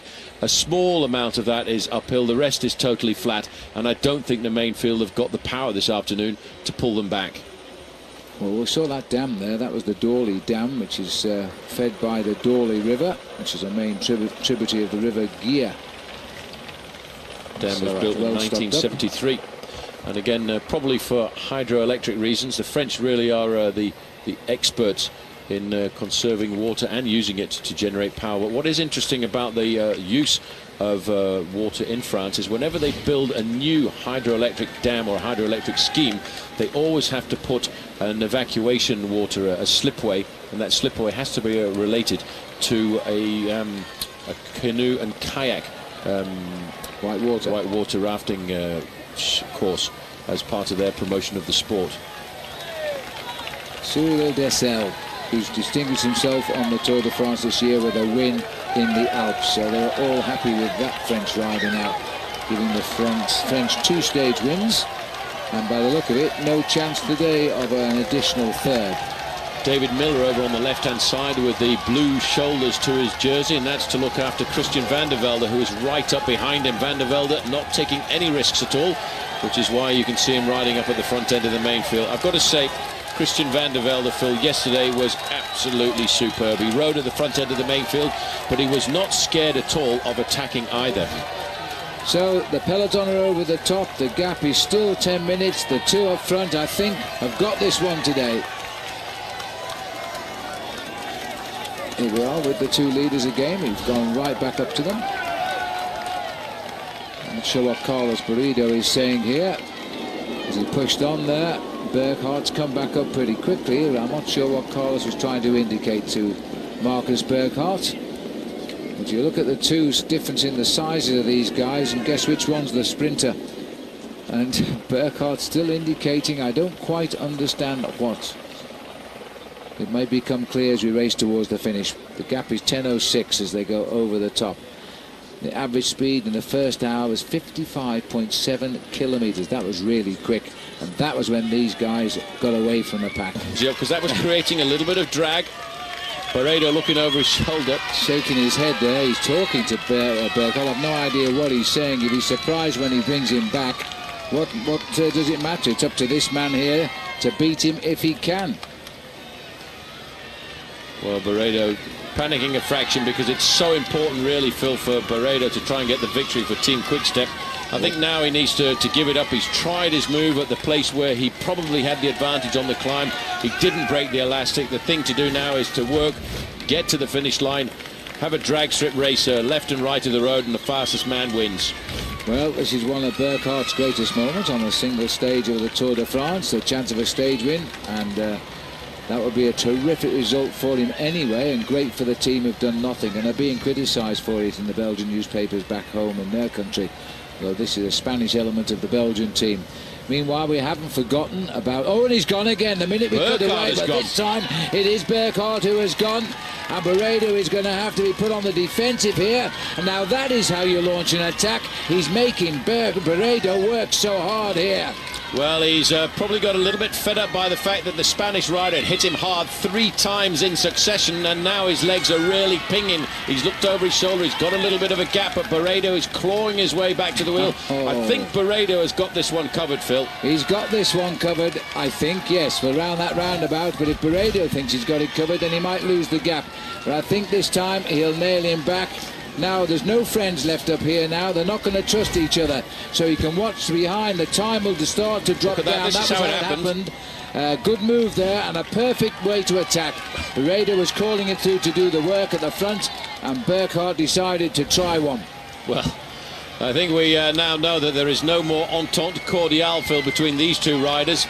But they've still got 7 and a bit kilometres to go. They need to work together. They've got to cover these last 7 kilometres or so, because otherwise, if they keep messing about like this, and I've seen it happen in the past, the group from behind can pull back the 3 or 4 minutes gap that they've got very quickly indeed. So, excuse me, boys, get down to the job, get to the final kilometre, and then you can battle it out any which side here and say, right, just keep working, just keep going, because otherwise, guys, you're going to blow everything.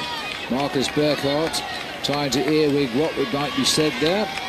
Goodness knows what Barredo is saying. Let's have a look at their faces.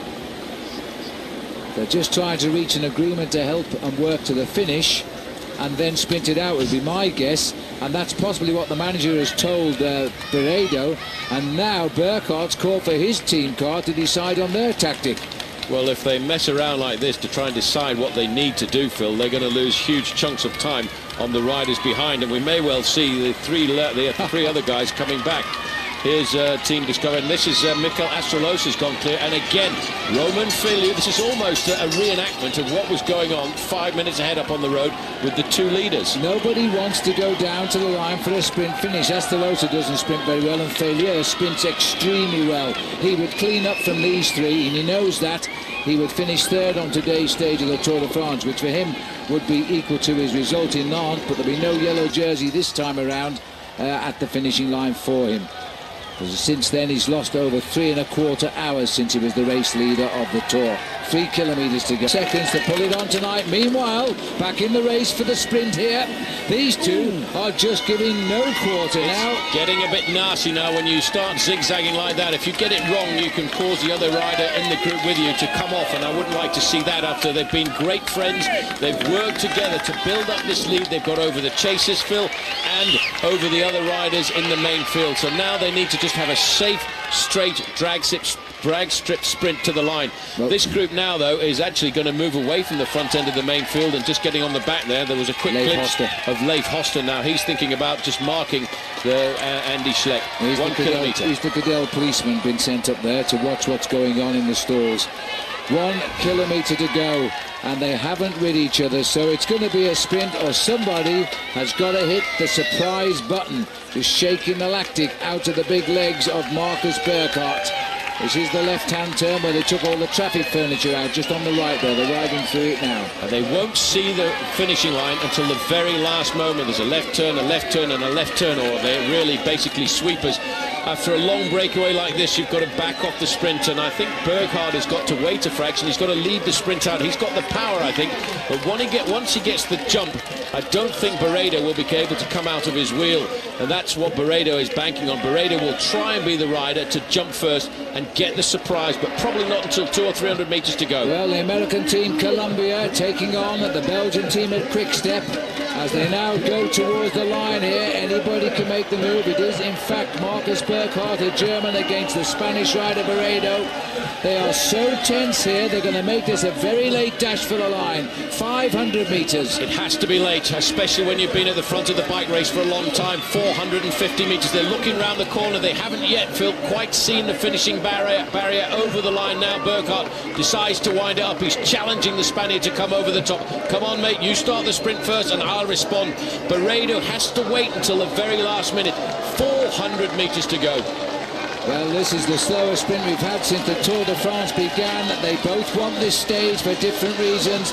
Barredo slightly the advantage of surprise here. He just keeps looking at his man. We could be on the velodrome in a World Championship track sprint now, as these two riders are so twitchy, but they know they'll get one shot and only one shot. Barredo is trying to nudge him to make the attack. Now they've gone for the line, mano a mano, side by side, but I think Marcus Burkhardt is going to be a little bit too quick here. The man who's helped Cavendish to all of his wins now gets one for himself.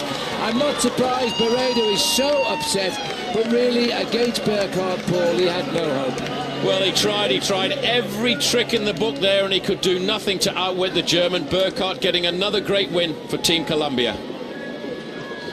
Well, that was a great sprint and another win for Team Colombia here. That's the 5th stage win of this year's Tour de France, and Carlos Barredo has to do with the 2nd place. What a great sprint it was. Let's not forget, the Tour de France is all still to finish. With Etienne just in time to see the finishing sprint here. This is the race for 3rd place. Remember, it's been a long time since the other two finished. And Christophe Lemavelle is leading out Romain Ferrier. Astelosa's tired, but he's now been put into 3rd place. This is a good sprint by Christophe Lemavelle for Crédit Agricole. But I told you that Romain Ferrier can sprint, and this is it. As he races towards the line, he's hit the front at the right time. That's how you finish a sprint. 3rd place for the young Frenchman, and 5th place for Lemavelle. 6th will be for Astelosa. That's the order over the line. This is another look at the winning sprint here, and that was a clear win in the end. And I must say, Carlos Barredo is terribly annoyed, but there's no chance really. He never would take on this man in a sprint. 5 stage wins for the American team Colombia in this year's Tour de France. Rider of the Tour de France, Andy Schleck, leads the 2nd best placed young rider, Roman Kreuziger, who won the Tour of Switzerland just before the Tour de France began. 2 strong young stars of the future heading home towards the finish today. Well, Cyril Dessel has already got himself a stage victory in the Tour. He'll try and lead home if he can, but Samy Dumoulin, in theory, in the red shorts of Team Cofidis, is the fastest finisher. But it's going to be Andy Schleck leading them to the line.